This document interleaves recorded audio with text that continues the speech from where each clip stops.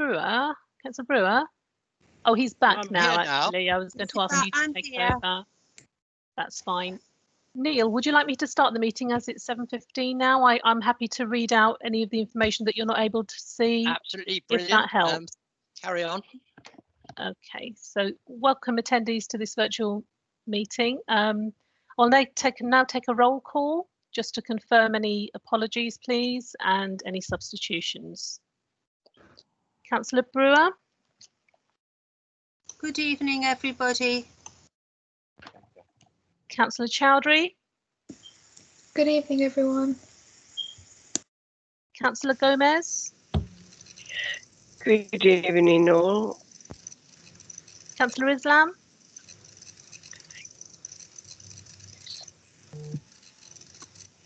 That's you, Johnson. You're on mute. You're on mute. Sorry. Good evening, everyone. Happy New Year. Councillor Morgan Thomas. Hello, everyone. Councillor Mrs. Nolan. Hello, good evening, everybody. Hello. Councillor Noor.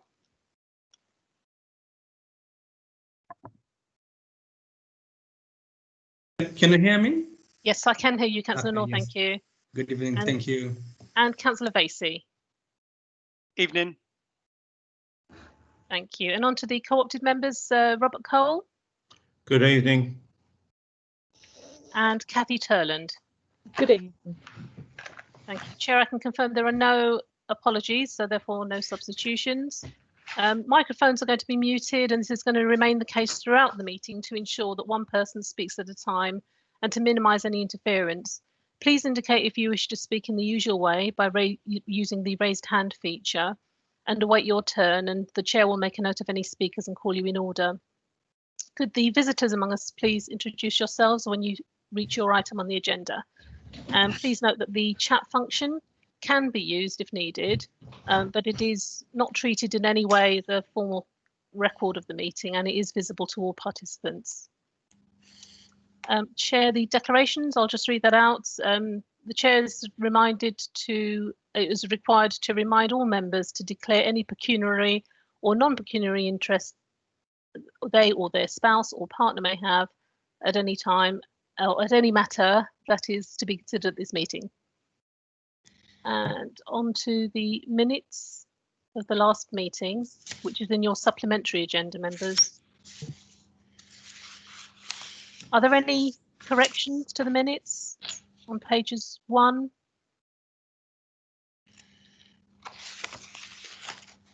2,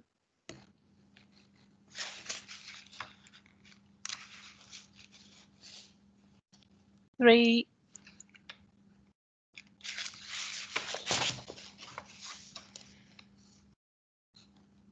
4, 5, 6, 7, or 8? If not, can we agree to, or can the minutes be agreed as a true record, members? Agreed. If there are any comments, if you could put it in the chat, I can pick those up. Agreed. Thank you. On to item 4 now, public participation. I can confirm that there are no registered members of the public who wish to speak. So on to the next item, which is item 5, Whips Cross redevelopment. Again, the items are included in your supplementary agenda. And I welcome, on behalf of the chair, Alistair Finlay, who's the redevelopment director of Whips Cross, and Paul Bell, who's the lead consultant of Ryder Architecture. If you wish to unmute yourselves, thank you. Done so. Thank you. Thank you very much, and good evening, everybody. I think the last time we met was only 2 months ago. I came to the last meeting, I think, on the 5th of November. I think there were some fireworks going off in the background that evening, and it's great to come back and meet with you again this evening, and a happy new year to you all. I'm joined this evening by Paul Bell. Paul is a lead consultant with Ryder Architecture, and Ryder Architecture were appointed as the architect-led design team for the Whips Cross redevelopment programme in the summer of last year, and have been working very closely with the hospital and the redevelopment core programme team that I lead over the last few months to develop some emerging design ideas and proposals for the wider site. Some of you may well have met virtually with Paul. We did a councillors briefing for Redbridge on the 2nd of December. At that point, we were in phase 1 of a consultation period ahead of us finalising our planning application. So we'll give a little bit of an update on that this evening. I'm going to share a short presentation pack. Paul and I, between us, are going to speak for somewhere between 5 and 10 minutes. So just bear with me 1 second so that I can load that. I'm hoping you can see that. Good. Yes, we can see it. Very good. So I just thought I would kick off, if I may, just where are we now? I mean, if I'm honest, we've not made so much progress in the last 10 weeks that I'm giving you a particular update. Just a reminder that we're now in the outline business case phase, underpinned by funding from the Department of Health to take forward the programme, which is very welcome and very positive for the programme of work. We've been talking to staff, to patients, to stakeholders through a series of meetings in the autumn around our health and care services strategy. It's been reviewed by clinicians and continues to be reviewed by clinicians in light of the response to COVID. But significantly for the redevelopment programme, we're working with our healthcare planners to finalise translating the work that the clinicians in the hospital have signed up to into a clinical and functional brief for the new hospital. And it's that starts to drive the future space requirements in the hospital. We did do a similar process with our strategic business case. We're now in a lot more detail as we develop the outline business case. We're going to hear a little bit more from Paul, obviously, about the work he's leading on developing hospital design ideas and plans for the whole site. And I thought I'd just remind you that we did get approval of the first phase of our enabling works business case by the Department of Health, and they're funding the demolition of the disused buildings and the site of the former nurses' accommodation, which is where we're expecting the new hospital to be constructed. And we expect those demolition works to commence either next month and certainly before the end of March. We're also currently, as part of that enabling works programme, looking at options for future car parking on the site as well. So I'm going to hand over to Paul to just take us through a little bit more about the work that we've done around hospital design and development and master planning. Thanks, Alistair. If you could move on, great. So I'm going to start just with a quick recap of information that we presented when we met with some of you during the phase 1 consultation.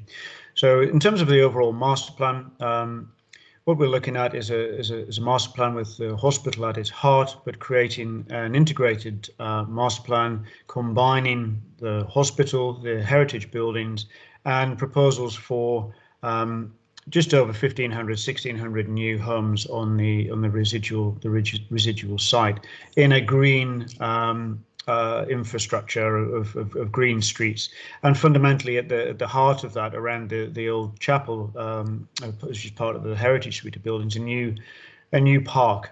So that landscape emphasis was very strong as we moved through in creating a new community, but ensuring that new community knits effectively into its surrounding communities. Next one, please, Alistair. So as I said, the hospital is at the heart of that. The hospital is located, if you look at the sketch on the left-hand side, that was a very early sketch that we prepared during the development of the design, and the hospital buildings are shown in orange there. They're sited on the existing disused nurses' accommodation, the buildings which Alistair described that we've got funding and permission for the demolition of, and that will be commencing shortly. But the overarching idea here was to ensure that the new hospital built on the opportunity of being sited on the edge of Epping Forest and captured the well-being benefits, the biophilic benefits of that in terms of healing and access to views, access to green spaces that will benefit both patients and staff of the new hospital. So there's the drawing on the right-hand side there was where the design had developed to during that phase 1 consultation. So an arrangement of 4 ward buildings, inpatient modules around a central hub, which gives a very efficient workflow and excellent natural wayfinding for patients and reduces horizontal travel distance, which obviously is a key consideration in the existing hospital. And when we're talking about a cohort of patients which are predominantly frail, there's a lot of frail and elderly, that is a real benefit. And we're looking to capture that sort of green space and the idea of a hospital in a garden, a hospital in the forest, and a forest in the hospital. So greening those roof terraces and stepping the scale of the building down towards its neighbouring residential areas. The rectangular sort of green building at the top left of that drawing is a multi-storey car park, and we'll come on to that a little bit more. That is a first phase car park, which will be part of an enabling works be built before the new hospital is built, and that will re-provide the parking that will be lost during construction, because there's a lot of existing surface car parking on the nurses' accommodation. And it's sited so that that works well for the existing hospital during the 6 years, the 4 years of construction, and obviously ties into the new hospital as well very efficiently. Next one, please, Alistair. So we engaged in a detailed consultation with local residents, the communities around the hospital, and through website, email drops, open town hall sessions. And there were some key themes which emerged during that the feedback from that consultation. We've divided these into sort of strategy and design. So you can see on the screen there, the size of the hospital and the number of beds was part of the question which came back. Why was the hospital located on where it is in the master plan? And some concerns about the proportion of the site which was seen to be disposed and to non.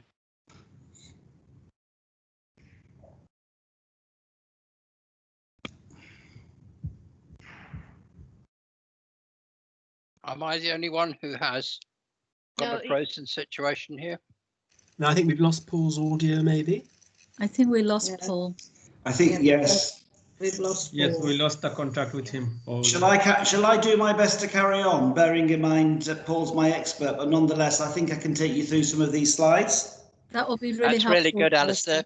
Yeah, okay, so Paul was halfway through. These were, I think, almost predictably some of the key themes that emerged that are not necessarily focused about the design of the new hospital, but people that clearly got questions and concerns and issues related to these particular themes that came through the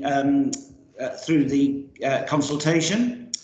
And the second bit are the ones that are more in Paul's area, but nonetheless, you can see, again, no surprises, I think, in these. We hear a lot, don't we, around how we design the new hospital to ensure better connectivity across the whole of our catchment area. Some issues around, there's a strip of land that we colloquially call the Panhandle, which is a small parcel of land that links the hospital to Lee Bridge Road and Walthamstow. The location, the size of the multi-storey car park, clearly going to be an issue going forward, and we've not completed work on that. The integration of the hospital and the master plan, and this is the bit about the hospital in a garden, garden in a hospital, and I think some of you will have seen more detailed presentations around how we best use green space as part of the master plan going forward. Alistair, sorry, I'm back. Are you back? Right, I'm on to this slide, Paul. Carry on, thank you. Okay, so integration of the heritage buildings was another common design theme. To what extent are we retaining those heritage buildings in their entirety, or the chapel, or what we've referred to as the bookends, which are those sort of the pergola ends of the ward buildings? Although there's some feedback actually that it was questioned whether those heritage buildings had any real worth, and should we be retaining those at all? We certainly think that they have a value in terms of creating the centre place, and they certainly have a value in the hearts and minds of the local community. And then there were questions about the future flexibility and expansion opportunities of the new hospital. So how do we safeguard that for the future and the unknown, really? Next one. Apologies for dropping off. So how we listened to that and how we responded and developing the master plan design. So the sketch on the left hand side really was an initial response to that, and part of that, you know, those common themes about how the hospital is integrated in the overall master plan, how we make sure that Whipps Cross is integrated into its communities and we get better connectivity. So this is about creating a new route along essentially the south. The southwest side of Whipps Cross, parallel with Peterborough Road, which connects from Lee Bridge Road on the left-hand side of that sketch to James Lane on the right. And we make that a meaningful route through, which connects into the hospital, and you can enter the hospital from that space. And it connects through in terms of a green edge for that part of the site where we're looking to develop the water management aspects of the site, which is a key part of the forest context. So apologies that the drawing on the right is very small scale, but that's sort of an illustrative master plan of where we are at the moment. So you can see those green areas. What we call in Phillybrook Lane is that sort of that connection I've just talked about, connecting Lee Bridge Road to James Lane. And having that as a green space with those ponds, and getting the green fingers coming through from Epping Forest to what we call in Phillybrook, the Phillybrook Lane and Phillybrook Park. So really integrating the hospital much more into the overall master plan. Next one, please. And then as the work has been ongoing and the work streams that Alice described earlier, in terms of the development of the hospital brief and the schedule of accommodations, how we're addressing that and how we're dealing with how we picking up those ideas of ensuring that the overall principles are moving through. So you can see there that the hospital sort of tightened up a little bit. It's more efficient in terms of its planning, but it engages the landscape a lot more. And you know, from oh dear, I think he's gone again. It's gone again, hasn't he? We are near the Alistair, end. would you like to finish off? I will finish off. This is visual of how, I mean, Paul will be able to explain this better, and maybe when we get into the discussion, if members have got any particular comments on this. This is an updated illustration of the hospital that it's quite difficult in terms of the orientation, where we've listened particularly around height of the new hospital and its relationship with the residential bit that backs onto the hospital, and trying to get the right balance between obviously building the right size hospital, but making sure that the visuals from the local residents is not overly hampered at all by the new hospital. And I think that's some of the things that we've been considering about how we take that forward. This is the first time we've shown this in a public domain, and we're going to potentially refine this a little bit more before we publish it in a couple of weeks' time. This is the immediate plan in terms of next steps on the design and master planning consultation ahead of us submitting our planning applications. So we're currently aiming for a launch of this next phase consultation in the middle of February. And we'll do that engagement and consultation via a series of different forums, stakeholder meetings, focus groups. We have a new community forum that we're establishing and getting up running. We have an existing community engagement action plan with some really active members out talking to people and gathering views on specific themes and specific issues that are important to help shape and influence our thinking. We're planning 3 more public meetings towards the end of February. They've still to be confirmed. That's the preliminary dates. Then we'll close that consultation in the middle of March in order to review all of the comments that have been made, collate our responses, and then influence our final planning submissions. You'll recall that we're intending 2 separate planning applications. One, what we call a hybrid application, which is a combination of outline planning for the hospital design, but with full planning for the first phase car park, which we'd like constructed before we start building the new hospital, and then an outline planning application for the ideas around the wider site, including the new homes on the site. And we're looking to submit those applications to Waltham Forest no later than the middle of April. Final slide from me, just to reconfirm our overall programme timetable, we're looking to finalise the outline business case in the spring of 2021, then working forward through national approvals process and a final full business case. We're still on track to begin construction of the new hospital before the end of 2022, and with the current expectation of a 4-year construction period, the new hospital completed and ready to be open before the end of 2026. So I'll conclude on that, Chair, and obviously now open to questions and comments and discussion. Okay, apologies for my internet dropping out. That's all right. Happens to us all. Happened to me. So that's okay. So I've resolved some of my technical difficulties, not all of them, but some of them. So let's continue now. So let's have any member, and I have Mr. Cole. Would you like to ask your question, please, sir? Yeah, okay, thank you. I didn't realise I was going straight in. I have a couple of questions, if I may.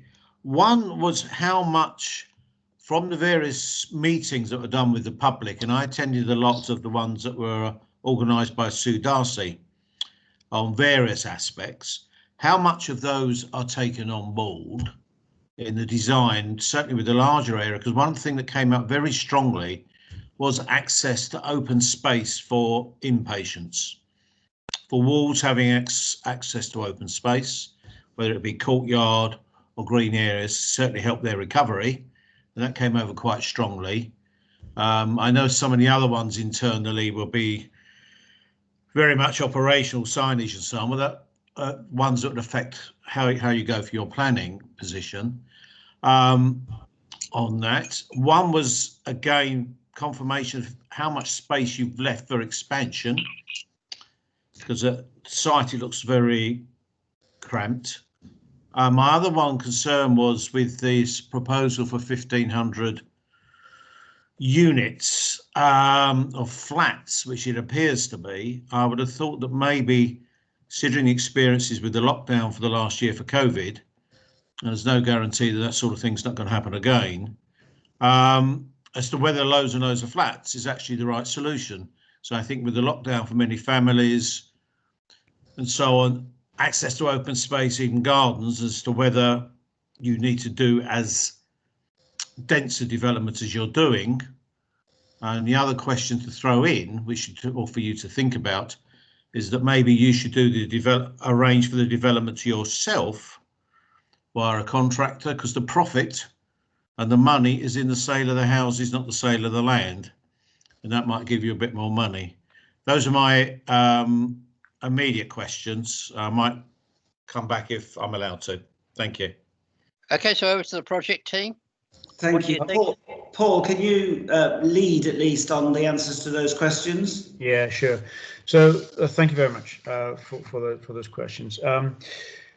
Yeah, we've engaged substantially, I think, with the local communities and with hospital groups, and the work that Sue Darcy has been doing is really valuable to the development of the design. And we do listen very carefully to those comments that are coming back, and they do, materially influence the development of the design. So that first point that you raised about access to open or external space for inpatients is an important one, and that was part of our initial design proposal. So around that sort of central hub space that the 4 ward modules are arranged, there's access to garden terraces at levels throughout that inpatient accommodation.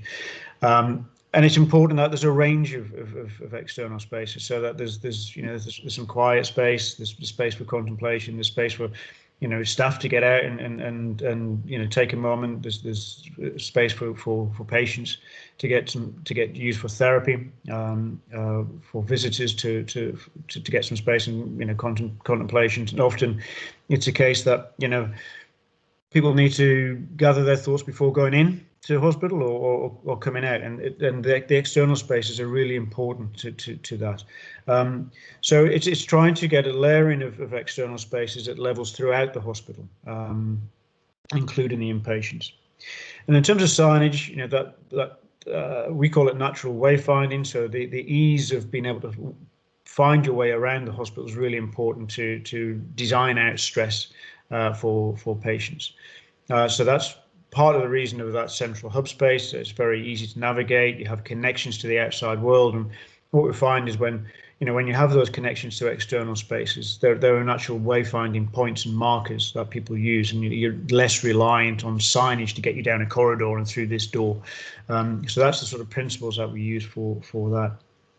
The question about space for expansion, I think that's obviously important. One thing that we do know in dealing with and designing hospitals for many years is the one constant is change. And that, so we approach that in different ways. So we design for flexibility for short-term change. We design for adaptability, so longer to change over the sort of decade rather than a year.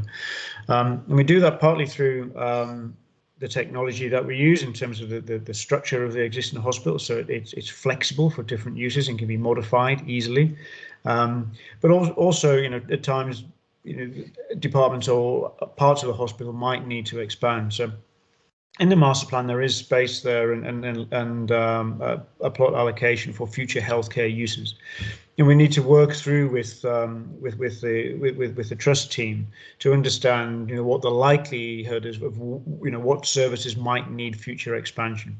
Is it inpatient? Is it outpatient? Is it a specialist service? Is it endoscopy, for example, or whatever it might be? But it's to allow that flexibility and have soft space within the main hospital to allow some of those spaces to extend within the confines, and then maybe displace some softer space such as admin or support functions, which can then move to adjacent facilities. Talked about the homes and 1,500 new homes. That's a target that is part of the planning brief for Whipps Cross. And of course, it is important, and you're very right to raise that in terms of what we're experiencing with COVID and having availability for external space and access to that. So that will be designed in terms of the space standards for the homes themselves, but also is influencing how we're looking to develop those green streets and green spaces and the idea of the park around the chapel. So it allows meaningful use where you can go for a 15-minute walk, a half an hour walk within that, within your local community. That idea of the 15-minute community, without putting pressure onto the Hull of Ponds area of Epping Forest, which has conservation impacts. So it's creating that opportunity for external space within the master plan is an absolute key. And that spaces for children, spaces for exercise, spaces for gathering. Hopefully we can gather again at some point. And I'll leave the final one, if I may, to Alistair in terms of why don't the trust develop it themselves? Yeah, thank you, Paul.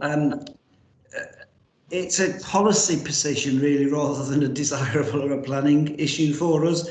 As an NHS trust reporting to the Secretary of State, in effect, I can't come up with a strategy that puts us into the property development business, so to speak. So there is a policy requirement that any land that we ultimately identify as not required for health and healthcare facilities, there's a requirement then to dispose of it. Now, there'll be a process of taking that through that, we don't necessarily will sell all the land to a housing developer. In the future, it may be more complicated than that.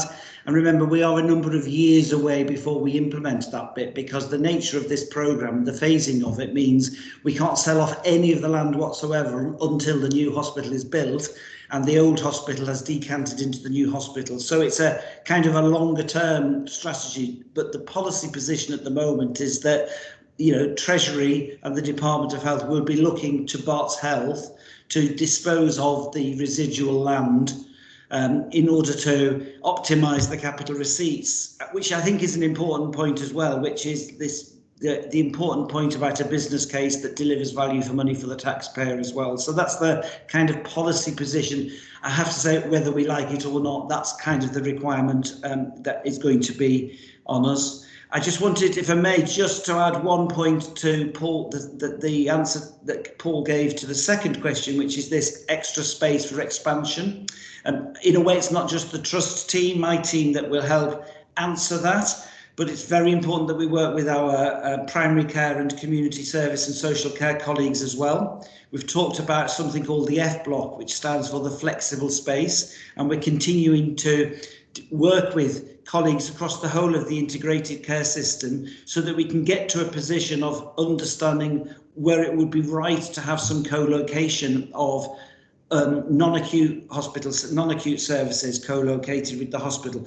I have to say we haven't identified or decided precisely how much of that land will be set aside for that, but indeed in a conversation I was having today with national colleagues, they asked very much the same question, and the steer from them was make sure that you don't just draw the box of the hospital and then assume that the rest is for selling off. It's really important that you maintain flexibility for the future. So, you know, I think we're all as one about that. It's just the precision and the detail that we're not really at yet to define and prescribe what that is. I think maybe you should just keep everything that is that side of the road that where you're building a new hospital, where the outpatients and whole of that side, keep all that. Anyway, thank you for your answer. Okay, so we have a very long list, and I think that shows the amount of interest there is from elected members in the development. So what I'm going to say is that I want the questions from members and attendees to be as brief as possible. And I think those of you who are answering the questions, if you could be as succinct as possible, so we can just get through everyone in a reasonable time frame. So I'm going to go to Councillor Mrs. Bain next and to ask you for your question, please. Oh, thank you, Chair. Yeah, I'm Councillor Sheila Bain. I'm local councillor for Wanstead Park Ward, where many of your customers come from. So I've got three very short questions. The first is on transport planning and public transport. At the moment, from Wanstead, Wicks Cross is served by 3 buses, the W19, the W15 and the W12. And the W12 is a pretty poor service. It only runs half hourly. But also running through Wanstead is the 145 and 66. But they don't go through Wicks Cross, they terminate at Wanstead. So I'd really like you to consider, if you haven't done so already, whether these buses could be rerouted so that before ending up at their destination at Leytonstone Station, that they could go through Wicks Cross. And that would also help with other residents of Redbridge outside of Wanstead. So there's that question. And you talk about the link with Epping Forest. I mean, what you're talking about there is Leytonstone Flats and Hollow Ponds. Given that that's the other side of a very busy road, Wicks Cross Road, I wondered how that would work. And finally, I'm also the Cabinet Member for planning, and I know it's going to Waltham Forest planning, but I've got a particular interest in heritage. And you've mentioned heritage buildings. I don't know what they are. And you said you don't know to what extent you're going to retain them. I wondered whether Waltham Forest had a view on that. And I'm assuming that at the moment, none of them are listed. Thank you. Thank you. I'll kick off if I may, Paul, and then there might be a bit more detail from you. Your transport question is really important. Unfortunately, I don't have control over bus routes, but what I do have control over is how we involve and engage with the right people in order to do that. And I do potentially reach out to Redbridge about how we might improve our engagement with Redbridge as part of our transport, and we do have a transport and access group that is looking at these things. I think we've probably got representation. I don't know whether Brett knows for certain. I can find it. I can find that out anyway. But we are talking with Transport for London. We are looking at options for improving public transport and access. And one of the reasons that's driving that is the importance of a green travel strategy. It's very important for Bart's Health. It's important to Wicks Cross Hospital. And we will come under pressure to reduce private vehicles access on and off to the site, in particular staff, I should say, in particular staff. Now we can, we can do lots of different ways in that green travel plan, but one of the best things is to improve public transport for our staff and our patients, public and visitors as well. So you were actually quoting some bus routes I know and some bus routes that I don't know, but I think the answer for now is we are working with Transport for London and looking at the different options for improving buses. I'll leave the link with Epping Forest one to Paul. I would say just on the heritage one, just to confirm that you're right, none of the buildings on the site are formally listed. They are within Waltham Forest bit. They are locally listed. Some of the buildings are locally listed at local interest, but there isn't a formal statutory listing of any of the buildings on the site. Paul, could you just briefly add to a couple of those points? Yeah, sure. I'll continue on with the heritage bit and then come back if I may. So when we're talking about the heritage buildings, we're talking about the 1903 original West Ham Infirmary hospital buildings, which were the two sort of H in plan, H blocks with the chapel sitting between them. They have been extended and added to unsympathetically over their lifetime. So part of that is about stripping back and repairing and getting the quality of those buildings to back to life. And what we're looking at the moment is retaining the chapel and centering that in the new park. And then the ends of those H blocks where there's the sort of cupolas and the gables of those hospital wings, retaining those and then infilling that with sympathetic new design to provide a new housing within that setting. So that does really sort of retain and enhance the setting of the best parts of those heritage buildings. The links to Epping Forest. When we talk about links, I guess we're talking more about sort of visual connections and the extension of the forest. Obviously extends an awful long way down, and Hollow Ponds is obviously the closest part to the hospital site. But the forest actually extends across Whipps Cross Road and into the edge of the hospital. So it's when we're talking about the links, we're looking to extend that sort of forest landscape into the Whipps Cross site, and in the new development, overcome that sort of abrupt stop that you have at the moment, where sort of you have the forest and then it sort of finishes, and then you've got the hospital development. It's taken sort of green landscape through and bringing that through all of the site is the key. And we're looking to create landscapes on the hospital side of Whipps Cross Road that are attractive and usable. So that takes the weight of use off the forest and addresses the conservation aspect that is really important for the forest itself. Yeah. Sorry, could I? You didn't mention what Waltham Forest, any view they might have about the heritage stuff. So we're working. We're engaging with Waltham Forest as we're going through that. There have there've been various views that. The building. There's a view that the building should be retained in their entirety. There's other support about what we're proposing with the bookends and the chapel, and there's other views that actually there's not a huge lot of value in those existing buildings and why retain any of them. We think, as I said earlier, I think that there's a sense of place value there actually, and that's what we're looking to build upon. Yeah. Okay, thanks. So that is the sort of Bandle view, is that right? But we'll move on from that. And I think Brett Leakey had something to say for Redbridge. Brett, are you with us? I am. No, thank you, Chair. I am.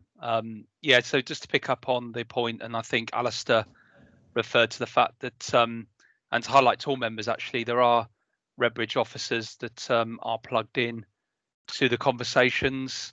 I think in terms of the role of Redbridge officers, we're sort of attendees to these meetings, almost like in terms of being consultees to ensure that we are capturing the Redbridge concerns, and that the assessment is joined up and including the borough.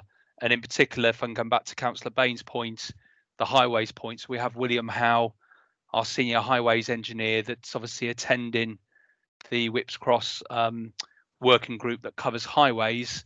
And just to say to all members, highways will be a key consideration for Redbridge, and in particular for William, who's obviously engaging in that on our behalf. Thank you, Chair. Okay, so what I'm going to say to members and officers is that we still have a long list, and I'm conscious of the fact we need to finish on time. So again, reinforce the point: succinct questions, succinct answers. However, what we've had so far has been really interesting. So I want to now move on to Councillor Clark Vasey. Clark, what's your question? So I suppose it's related to obviously the financial situation we're in is very different now. So just looking at is there a possibility of retaining the 1990s building in a way that could be incorporated to reduce some of the costs? Excellent. Okay. Over to you guys to answer. Yeah, I can deal with that. Actually, it's a good question. But when it was one of the options that was in our strategic outline case. And we went through whether it would deliver all of the objectives, strategic objectives, key objectives for the redevelopment, and it didn't score as high as in effect, the preferred option that has emerged. Despite the financial challenges and the environment that we're working in, at the moment, we are faithful to the objectives, we're faithful to the delivery, and of course we did get our strategic outline case approved by the government with permission to develop the proposals in more detail.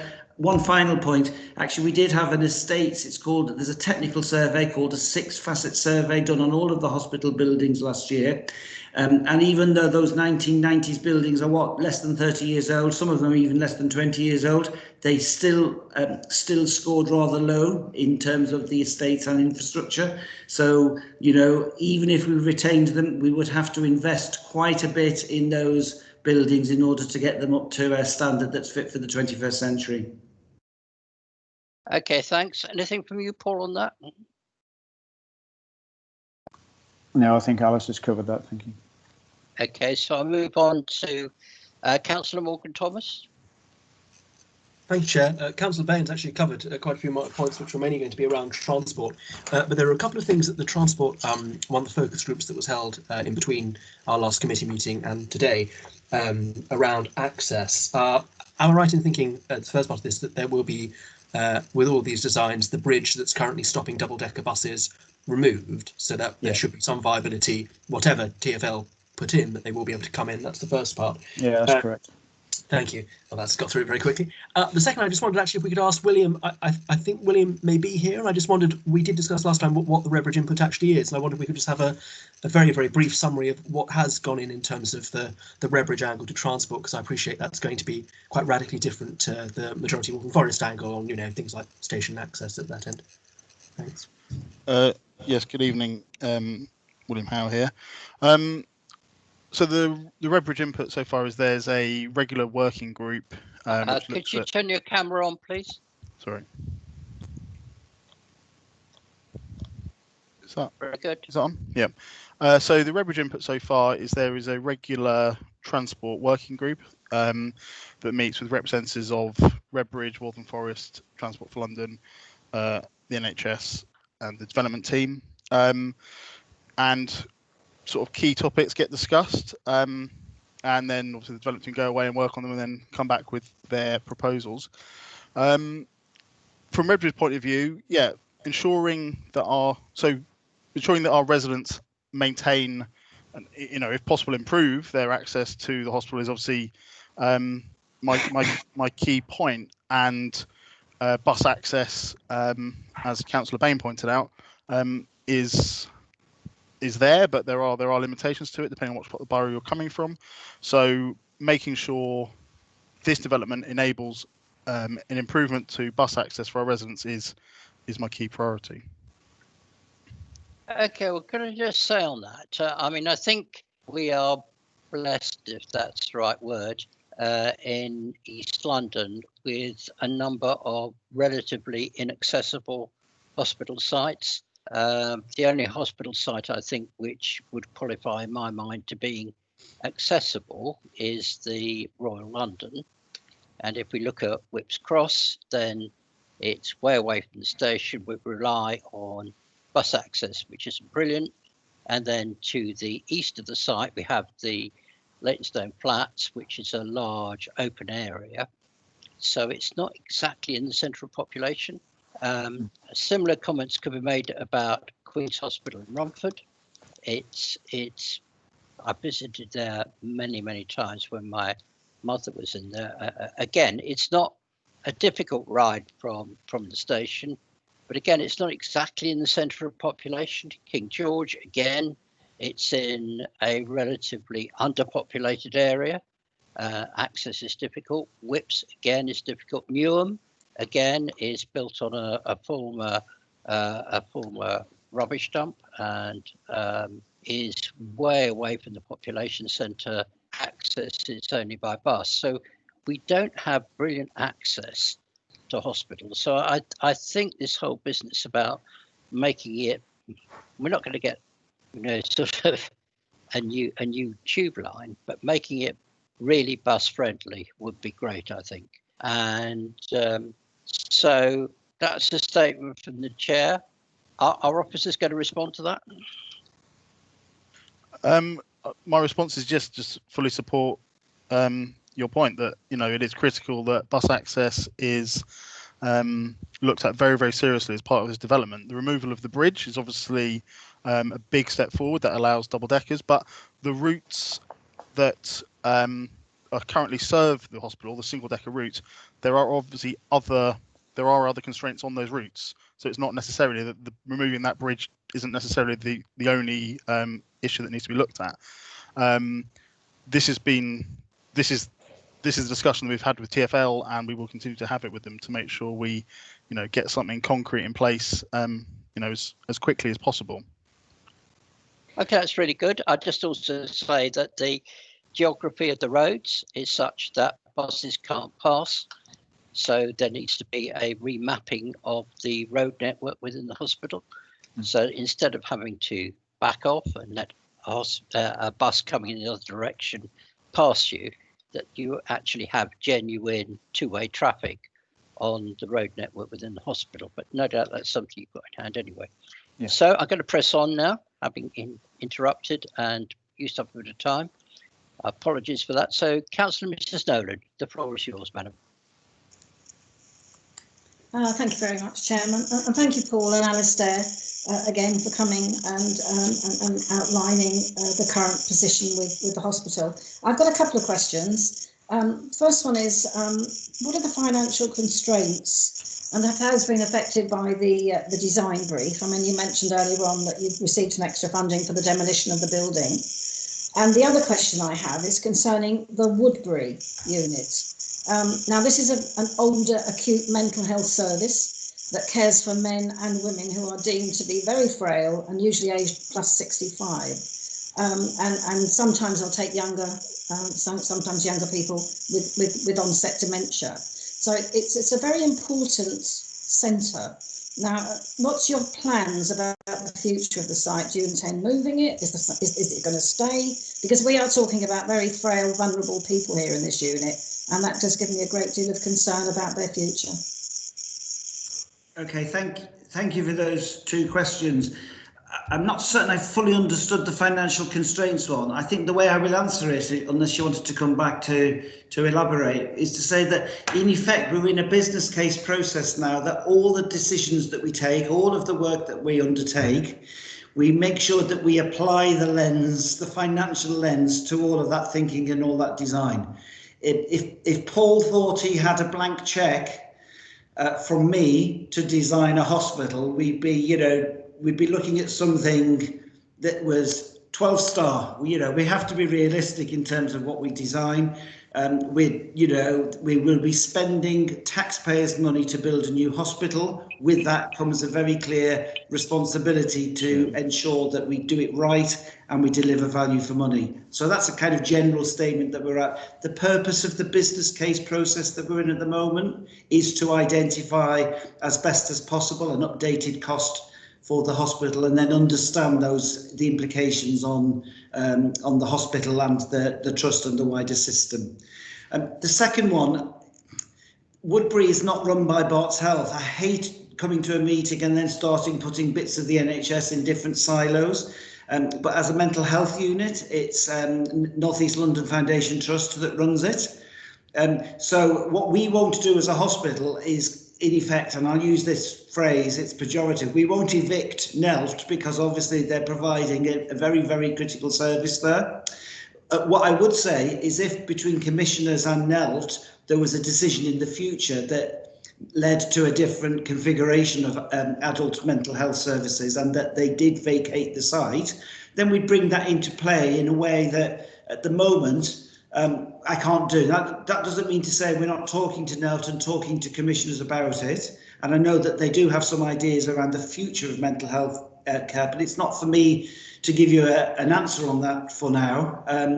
So, you know, we're not at the moment planning the hospital there because obviously we came up with a different option, nor are we planning to put the residential accommodation in that bit of the site as well, because clearly it's currently used by a very important local healthcare service.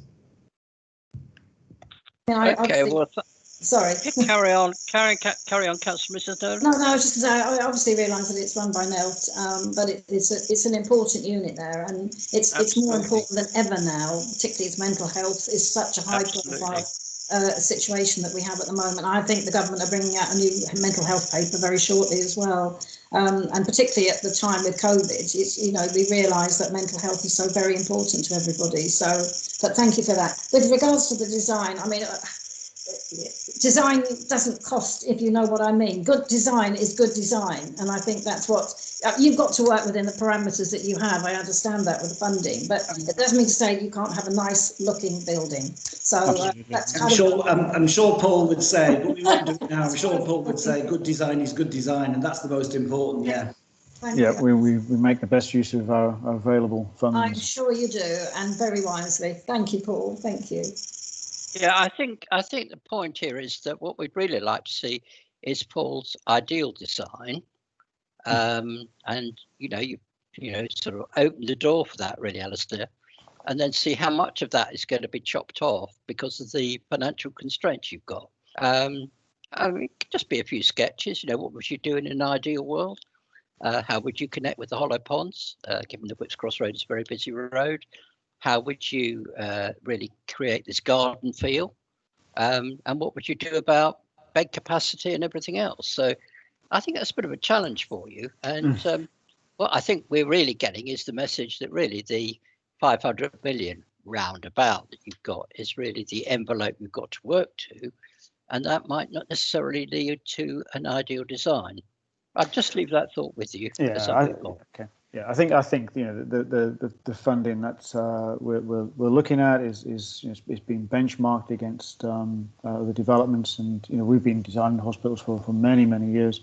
Right. You know it's you know I like to think we designed some very uplifting environments within the financial framework that's been given for this project. Okay, that's fine. Now, I can't continue now on a sort of even-handed cross-party basis because of the proportionality in the committee. So it's going to be Labour councillors from here on in, but I've tried to do my best to give members of the opposition an opportunity to speak first, as it were. So now we're going to go to Councillor Hannah Chowdhury. What is your question, madam? Thank you, Chair. Most of my questions have been answered, so I've only got one left. I was just wondering whether it's possible that the 1930s block could be listed as a rare example of interwar hospital development. Now, that's an Mm. interesting question. As I said earlier, there's a process around statutory listing, and none of the buildings on the site are listed. I mean, I'm slightly interested. We could have a long discussion about the 1930s block and what architectural value there is in it. Paul, let me just say, there are no plans for listing the 1930s block. But Paul, just from an architectural perspective, do you have a view as well? Well, we've carried out a heritage review of the site, and certainly from that review, that focuses around the 1903 buildings rather than the 1930s buildings as those that we think have value and merit. The 1930s buildings didn't really score or feature highly in that, to be honest. I think, you know, when we do those analyses, we look at what else is there and existing around the country in terms of examples of different types of buildings, and I think the 1930s buildings were assessed against that, actually, and it wasn't considered that they had a strong value for retention. If I may say one, thanks, Paul. If I may say one final thing as well, if our estates director was in this meeting this evening, he'd remind me that the 1930s buildings are actually a bigger challenge to the estates team than the 1903 buildings. There was something, I don't know about the Victorians, about design and construction that actually stood a test of time. They're a very challenging set of buildings in terms of maintenance and upkeep. But thank you for the question. Okay, so perhaps what we could have as a follow-up from that, Paul, the evaluation you've done on the 1930s buildings. Okay. So that could be sent around members. So that's really good. And thank you so much, Hannah, for your question. So I'm going to move on rapidly to Councillor Mrs. Brewer. Thank you, Chair, and thank you, Paul and Alistair, for your presentation. A couple of questions from me, please. The first one, is there anything other than anecdotal evidence for the reduction of the 51 beds? This remains a big concern, and I would like this to be further explored, please. And the second one is, are there any particular concerns about contamination of soil conditions on the site? Thank you. Thank you. I'll take the first question and Paul will take the second question because I'm certainly not the expert on that. With respect, I think it's not anecdotal evidence, and I don't think I've presented, nor has the strategic business case kind of described it in that way. There's actually quite a bit of methodology and science behind the work that we did do on the strategic outline case, but I think the positive response to your question is to say we do continue to explore it. There's a lot of work continuing underway to ensure that by the time we finish this next more detailed business case, we have got an updated set of assumptions around the capacity, not just of overnight inpatient beds, but of all of the other capacity in the hospital, including operating theatres, day case space, outpatient space, etc. Just a reminder that the outputs from the SOC, in effect, was the outputs from a model that described an average bed usage rather than a highly prescriptive future bed activity. And it certainly doesn't mean that that will be the precise number in the new hospital. I mean, I can be absolutely certain that on day one in the new hospital, anybody with a clipboard wouldn't necessarily count exactly the same beds that were in that strategic business case. And indeed, what's more important, a little bit like Paul said earlier, that when the way you design the hospital and the flexibility and adaptability that comes with that is important, that it's able to respond not just to future changes in the delivery of healthcare, but seasonal demand and surges. So you'll never, for example, have a single number of beds across the hospital that remain the same all the time. Beds get open, beds get closed, they get moved around. And I think we've got a lot of challenges around that in Whipps Cross at the moment. And the key is to get the design right to change that in the future.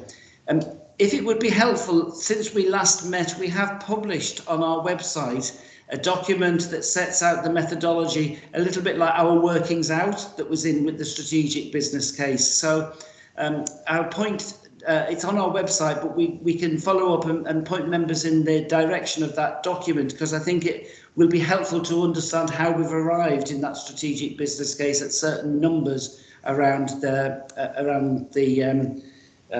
future capacity. My final point as well is that it wasn't just the outputs from a a load of analysts and planners. We did engage with our clinicians and indeed primary care and community clinicians so that we got kind of buy-in across the clinical and indeed non-clinical workforce to the approach that we were taking and to the future. We recognise there is risk in our work around this, and we recognise there's a lot of ambition in order to deliver some of the assumptions underpinning that. But we are confident that over the next few years we will deliver so that we are able to right-size that hospital for future healthcare. Paul, on the soil contamination. On the soil contamination. Yeah, I'd need to go back and check with colleagues in the detail, but the analysis of that is incremental. So we review the initial site, the nurses' accommodation site first of all, and then there'll be further, more detailed investigations as we go further into the project. But I think from the initial studies, I'm not aware of any issues in terms of any contamination. But I'd need to check the detail of that with colleagues.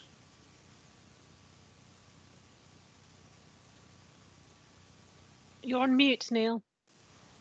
You're right. So, okay, that's really helpful. So, Alistair, if you could send your workings to us, I think that'd be really helpful. Send it to officers, and it can be circulated to the committee. So we're in the home straight now, but I want to move us into sprint mode. So could I have Councillor Khalid-Noor, perhaps your question, sir? Right, Chair, thank you for giving me the important question was about transport is discussed and answer has been given.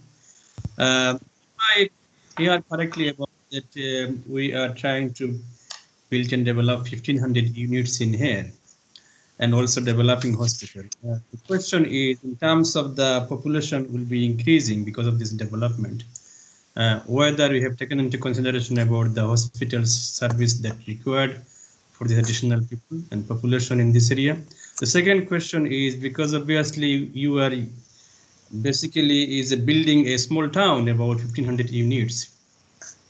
How this population, their movements will be affecting the residents of the hospital, i.e. the patients and the staffs, and in terms of their safety and securities. Are you considering these things, and what is your assessment on this matter? Thank you. Thank you. I'll take the first question about population growth generally. I think, Paul, if you take the second one about how the site can be managed in a sufficiently segregated way.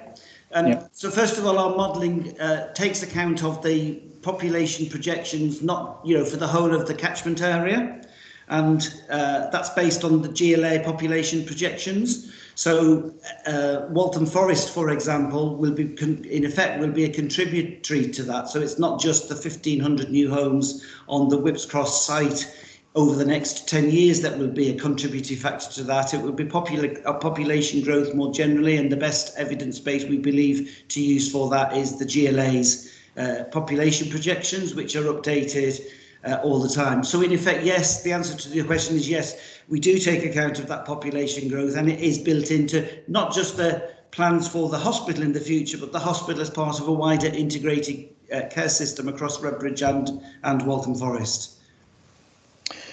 Okay, in terms of the second question, and I think actually for me it's more about integration than separation, and it's ensuring that the hospital is integrated within its community. That includes the new community of the new 1,500 homes and the existing community surrounding the Whipps Cross site. And when I talked about the emerging design proposals for the master plan and that connectivity across Phillybrook Lane, as I called it, part of that is about providing that that integration with its knitting overall new Whipps Cross into its existing communities and connecting it with Lee Bridge Road, connecting it with James Lane. That helps in terms of transport connectivity as well, because it opens up an effective use of existing sort of bus routes and bus stops on Lee Bridge Road and on James Lane, and connects those into the new hospital, connects those into the communities. And I think one of the other things to consider when we're thinking about the homes is that offers a lot of opportunity as well, and it brings benefit to the hospital and to the environment of the hospital. So the idea of the park, that the park will become will be an achievable design because of the development of the homes around it. You know, without that, as we're designing a new hospital, we'd never be able to afford to build a new park beside the hospital. So we're creating these environments that the hospital users, the staff and the patients, the visitors can access and get the benefit from. There will be, within that new community, there'll be local retail. So there's other facilities that, again, you know, the staff of the hospital, which at the moment, I think, Alistair, there's a small Marks and Spencers, and that's it in terms of, you know, your opportunity for lunch. So, you know, there's the broader development brings a broader opportunity, and it is about creating a community that the hospital is an integral part of, not a separate part of. Well, thank you, Chair. I just want to one comment. These things come up as well. Yes, quickly. In terms of the design and development idea, and a good design is a good design, I also emphasize this one because obviously when you design and as a block of flats, is sometimes design become sometimes dull, and just putting some trees, it doesn't look good. It has to be in by context, and also the materials you use and the face giving. It's not like a facade. It's like giving the actual shape. Is people like it look like a home, not like a big block of flat and jungle. Thank you. Very good. Over to you, Paul. Yeah, well, you're going to design something beautiful, are you? Absolutely. I mean, the planning application in terms of it's important to understand this, I suppose, in terms of the planning application for the master plan. We'll be developing parameter drawings for that, but it's an outline application. The detail of the design for the residential will come at a later stage. You know, that when developers are brought on board as development partners for the overall the overall site, they will have to submit the detailed planning applications, and the quality of the design of those new homes will be paramount and will be assessed at that point. But you know, we'll be setting out the parameters for the quality of landscape, the quality of place in the outline application. Thank you very much. To pick up on Councillor Law's point, one of your parameters is going to be beauty and another is aesthetics. Is that right? Well, in planning terms, you can't really do that, can we? So, you know, it's set in character. It's not going to be beauty or aesthetics. We can't. In terms of the outline application, it will set parameters in terms of the height and density and scale and mass, and character. You know, we'll be producing character studies for that, but that's how it's assessed in planning terms. So to develop Councillor Law's point a bit, we could end up with really ugly buildings on the site, and that would be okay. Well, I would certainly hope not, and I'm sure that the robustness of the planning process wouldn't allow that. Okay, so we'll leave that there, and bear in mind this thought of the garden and the linkage to Leytonstone Flats, and the hope that money doesn't drive down to poor design and aesthetics, but that's really up to you. So I now want to go to Councillor Mrs. Islam. You've been very patient, so let's have your question. Thank you, Chair, and thank you, Alistair and Paul, for your presentation. I've actually got two questions, but I would like to, with Chair's permission, if I can squeeze in a third question. But I'll start off with my first question. How are you approaching the ecological concerns, and how is the wedge-shaped land on the east of the site facing Whipps Cross Road, which is largely wild, going to fit in the plan? That's my first question. Do you want me to give it to you all together and then you'll be able to?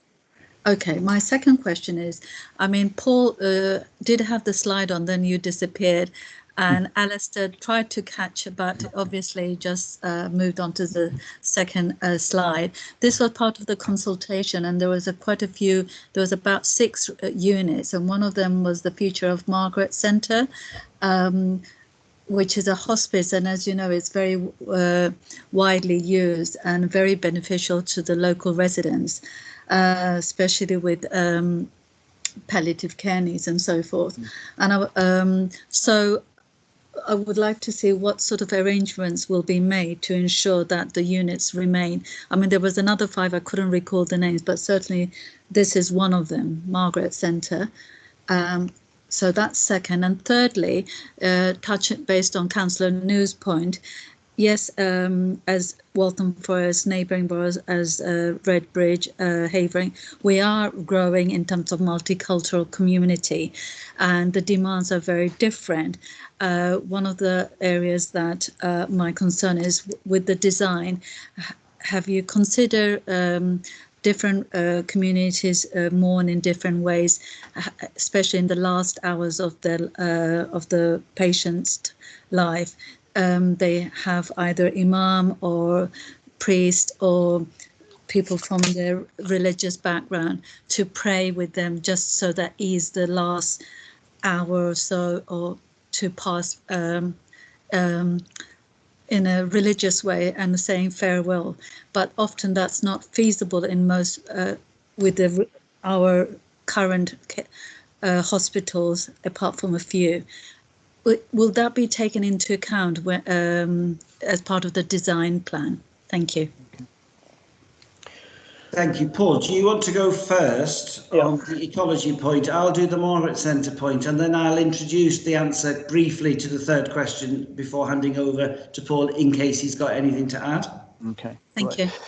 Yeah, so I mean, the ecology of the site's really important, obviously, and it's understanding the different components of that. So there's a detailed arboricultural survey which is underway. There's been a whole host of ecological surveys on the site as well in terms of biodiversity and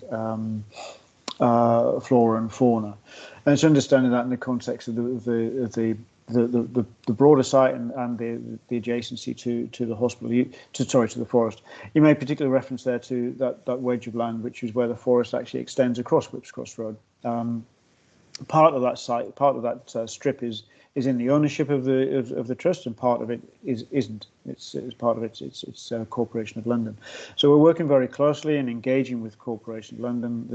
The access in terms of the hospital road, which comes off Whipps Cross Road, cuts through the Corporation of London land. So we're working closely with them in terms of how that how we address some of the constraints of that access.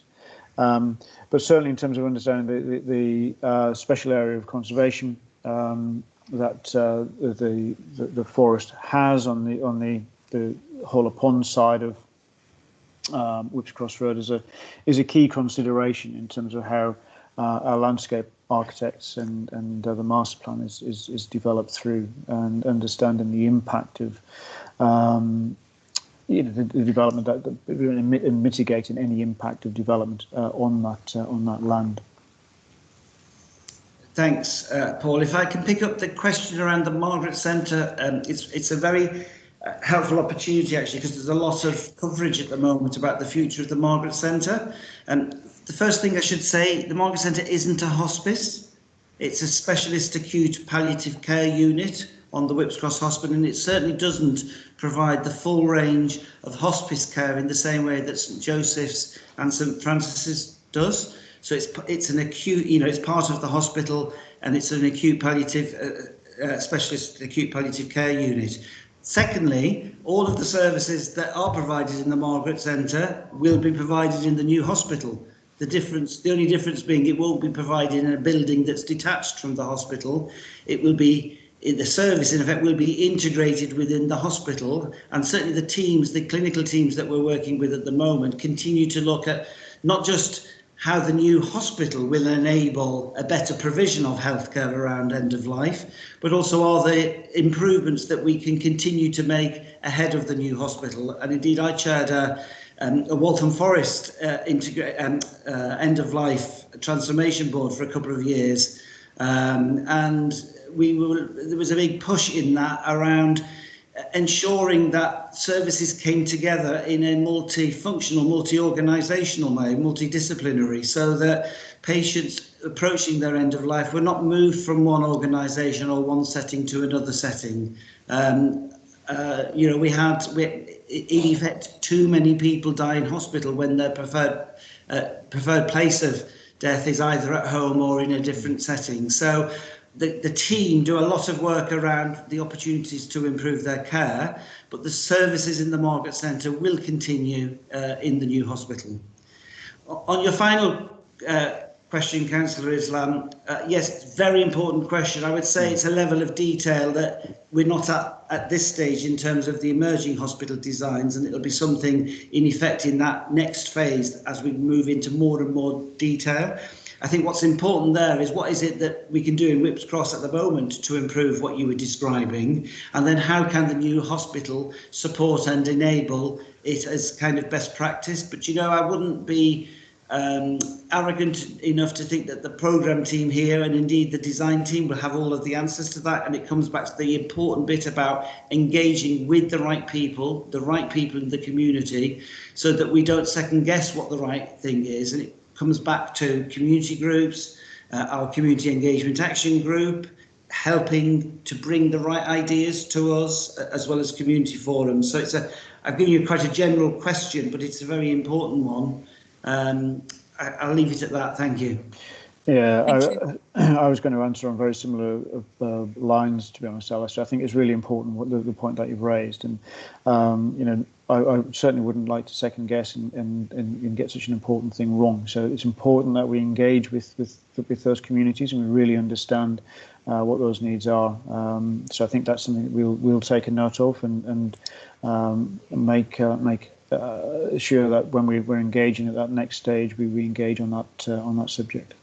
Really appreciate that. Thank you, because we have had lots of experience of that, and it has been very difficult. Thank you. Okay, I just want to say a little bit about the Margaret Centre from the chair. I don't accept Alistair's comments, and I don't think that the Margaret Centre's service could in any way be integrated into acute care in the main hospital. So I want to put that down as a marker first. I think it is a bit of an anomaly. You don't see what, in my view, is a hospice, having visited former colleagues who've died there. The location is not ideal on an acute hospital site, but I think it is a very important function. And I don't think you can just dismiss it by saying it's going to be absorbed into acute services. Yes, cancer patients and other people with terminal illnesses do die in acute settings, but hospice settings are also very acceptable to people. Some people want to die at home. Some people don't really care too much. But I think the Margaret Centre deserves a proper look, a proper degree of consultation, and maybe some exploration of how users and relatives have actually experienced their care there would be very helpful. But the risk is, particularly as we don't have much in the way of hospice care in this part of East London, that we lose out on a really important service and simply say, well, it's going to be subsumed into acute care. To be honest, Alistair, that's simply not on. So I think you're going to find a lot of objections being raised by not only councillors in Redbridge, but probably also councillors in Waltham Forest and Essex. So I want to move on. I've taken up a bit of time myself. So I've got Councillor, Cathy Turland. Would you like to go next, please? Thank you, Chair. Why has a commitment of to 1,500 homes on the site been given before the plan for the hospital has been completed? I think, Alistair, that's one for you. Well, it is one for me, but it's not a new commitment. It's been around for quite a long time now, really, for 2 or 3 years, certainly since Waltham Forest saw the opportunity, in effect, that when you consolidate a currently inefficient hospital building onto a much smaller footprint, clearly there's going to be a significant amount of land on the current site that the NHS will no longer need. So the 1,500 has been a high-level assumption based on the expected land to be available, and Waltham Forest have consulted on that through the draft local plan process. I mean, ultimately, they would say they recognise that they can't deliver that commitment until the redevelopment of Whipps Cross Hospital is completed. and we haven't finished the plans yet, which is why we're currently, for example, in the middle of a consultation on the design and overall master plan. And then we will put in our outline planning application, and assuming that number 1500 or another number is in that, then obviously Waltham Forest will lead the statutory consultation on that as part of the planning process. On point, Chair. So are you actually saying that until you've decided on the footprint of the hospital, you can't decide on how many houses will go on that site?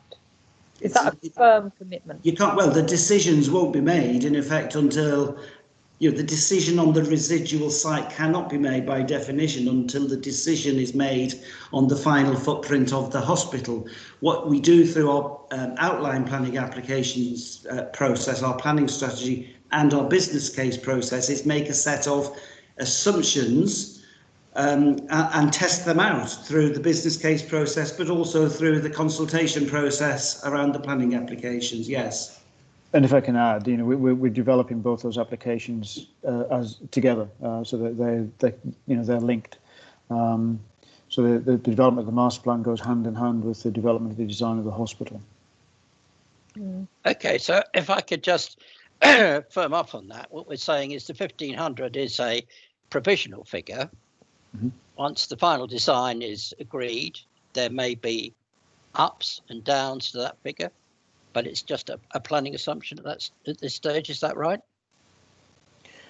The draft local plan sets policy for a minimum of 1,500 new homes on the site of Whips Cross. So it's not provisional. So it's not an assumption actual. Based on. Sorry, Chair. Carry on. Well, it's if that is the minimum, that doesn't tell me that there is a presumption that the hospital will take precedence there. That tells me that, you know, you're going to, by hook or by crook, get 1,500 homes on that site, and then you'll build a hospital to fit. No, that's not right. Not a single house can be built on the Whips Cross site until the new hospital is built to the right size for the future. Appreciated, but if you're saying, if Paul is saying that the minimum will be 1,500, that's the draft local plan. That's the draft local plan. That's right. Yeah. So I think there is a bit of an issue here. I think there's something we can't take in the meeting now, but I think we have to be clear that if the local plan says a minimum of 1,500, and the project team, or part of it, says we can't build anything until we've actually got the hospital built and we can see what the situation site is, then there is a very clear inconsistency there. And I think that's something we need to resolve. We can't resolve it now, but it's very clear to me as chair that there is an inconsistency. And therefore we need to go back, and maybe we need to start, Brett, we need to start talking to Waltham Forest about, they must have a plan. They can't have a draft local plan at this stage. They must have an actual local plan. Do they have an actual local plan, Brett? Tell me. Brett, are you with us? Yeah, I am. Sorry, I am. I'm here, Chair. Yes, so they would have a local plan, and obviously they're in preparation of their next local plan because it's a continuous process that we all understand have to go through. So can we clear what is in the actual local plan? Do you know? Do you know, Paul? Paul, what is in the actual local plan? Well, we're working on the draft local plan, which is now at consultation. But so, what was in the original local plan? The undraft local plan? Yeah, well, it's the draft one that we're working with Waltham Forest on in the development of the design. No. I'm asking you what was in the original plan. What was in the original plan? Well, I don't know.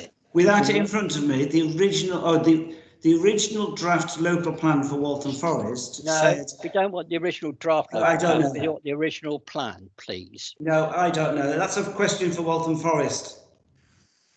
Okay, so we'll pursue that outside the meeting. Are you happy to do that for us, Brett? Yeah, I can speak to my counterparts and clarify the status of the allocation and to clarify the number.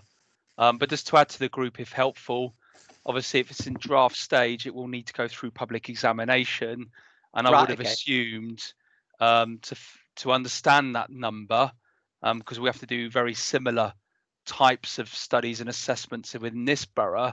There would have been feasibility studies just to help inform what the team are doing in terms of the allocation and obviously the development of the site. But yeah, I can pose that question, Chair. Okay, well, we'll leave it with you then, Brett. And thanks very much, Paul and Alistair.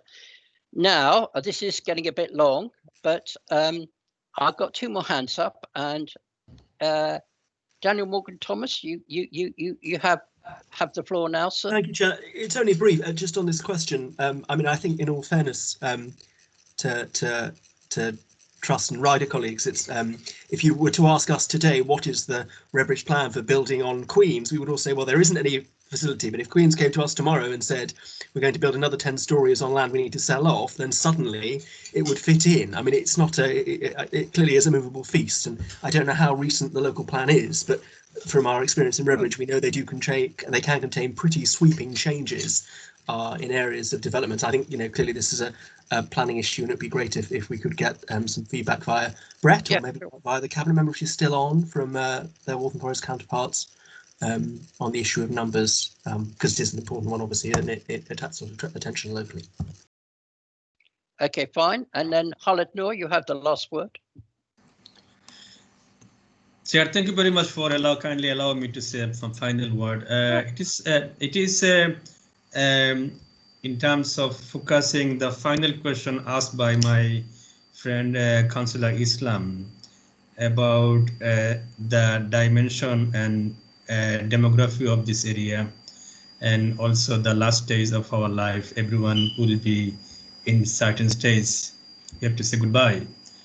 Can I just suggest that to the planning team, because we are still in the development phase, can we actively consider some sort of facility like multi-faith prayer facilities, multi-faith activities, because this is very important for the community cohesion and development of the communities, and communities to thrive and to engage each other, because end of the day, we are facing the situation now, everyone going back to their root, no matter what is our personal opinion about the religiosity, but people at the certain time find it very important to console them, find some inner peace. Thank you.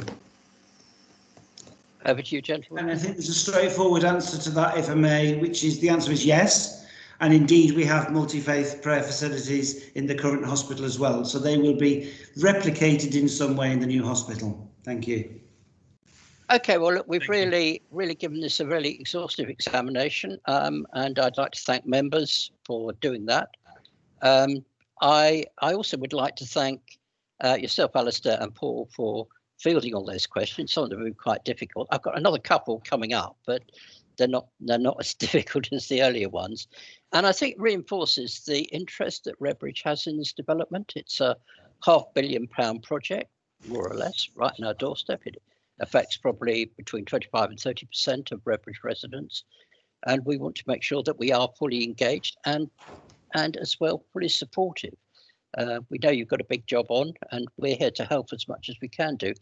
I've got a couple of very brief questions from the chair. One is a design issue, whether you'll be using the nucleus design for the hospital. No, nucleus design was sort of phased out really towards the end of the 1980s, early 1990s. Okay, and finally, the gazebo on the south facing bus stop, just along from the bus stop, which I suspect is a Victorian structure. Will that be listed as well? So it isn't listed. That doesn't mean to say, Chair, that we can't add it to our list of heritage buildings. It's not a building, but it's not listed. There's nothing on the site that is listed, statutorily listed. It's just that it is an interesting structure. I don't know too much about its history. I would guess it's Victorian. I don't know its origin. But I think if we could incorporate it in future planning, I think that would be really good. Okay. Okay. So leave that with you. Thanks once again. Thank Daniel, you. your hand is up. Is that an old hand? It's gone. So thanks both of you. And Thank wish you. well. As ever, thank you for your support. Good to see you all. Thank Okay, you. thanks for your interest. Okay, bye-bye. Bye. Right. Thank you. Okay.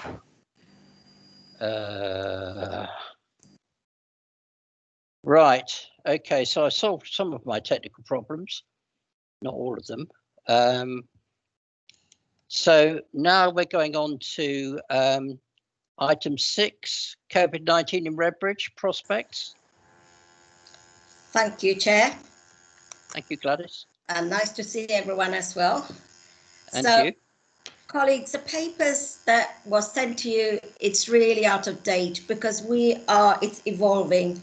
We are at the moment in the active phase of the pandemic. So what I thought I'll do is I'll give you a general update on some of the topical issues and then bring you some key headline broken down information on Redbridge and then what we are doing. So if that's okay. So that's fine. So as I said, we are in the active phase. You only have to see the news, the NHS, the capacity, the staff is really, really dire at the moment. And also we have seen the death rates going up. It's the highest since the pandemic. Sure. And we are also seeing the case rates. Now, if you saw last week, you would have seen the new cases in the 60s and 70s and 80s. It has come down slightly this week, but I wouldn't get because the baseline is still very high. So it's really, really high. So we would not know the impact of the lockdown for some time. So at the moment, we're in the active phase and we really need to be concerned. So there are a lot of reasons for that. So you would have heard about the UK variant and the South African variant, and there's a new variant. Viruses would always change, and there will always be variants. Now, in September, they identified a variant and they called it a variant under investigation when they do the genome sequencing. So you have to do that for a while retrospectively before you identify whether it's a variant of concern. So after December, it was really then categorized as a variant of concern because, if you remember rightly, even in Redbridge, case rates were really going high and we were doing all what we can. And it was in Kent, Southeast London, we had similar issues. So now we know more than 80% of that COVID was the new variant. And then we also have the South African variant, but according to experts, they say it is really very much only a few cases, and they're all detected from people who have traveled from South Africa. So because South Africans have a good genome sequencing facility like we have, it's seen in Brazil as well, but there are lots of other countries who do not have that facility, so they wouldn't even know. So viruses will always change, but the good news is we know now that the variants actually work with the current vaccines we have available. I will just come back to the vaccines after I talk about natural immunity. Now, you would have seen in the news today, there was a study that was done to see the Siren study, whether people who have the disease have natural immunity, or does it wane off, or how long does it last? I mean, the study was for 5 months, and they said after 5 months, people had 80% of immune protection. So, which is good news, but doesn't mean you want to. So, but I think there's another study called Vivaldi study. They're looking at the care home population, the staff and residents. If you remember the first wave, we lost a lot of care home residents. So those things are ongoing at the moment. So these are all ongoing. And then the good news is the vaccination. So we have got 3 vaccines that are approved for use. One is the Pfizer, BioNTech that we all know about. Then is the AstraZeneca, the Oxford vaccine. And then we have something called the Moderna vaccine. All those 3 have been approved. There are another 15 vaccines at the last phase of the clinical trial, but they will take time. But at least it's comforting to know there are other vaccines to come on board. So we started, the AstraZeneca vaccine was the one that first came on board. So I know there was a lot of uproar because originally they said you have your first vaccine and then within 3 weeks you have your second. But there was the game changer was the new variant. So when they looked at the death data, so if I just want to give you some figures to put it into context, why the priority list was chosen. 42% of deaths were in the over 85. So if you're older, the risk of dying is really high. 32% between the ages of 75 and 84. So 65 to 74, 15% deaths, and 45 to 64 is 9%, and then lower. So really that goes to who's affecting and who's dying. So also they did some modeling, and there have been studies that has done outside this country as well.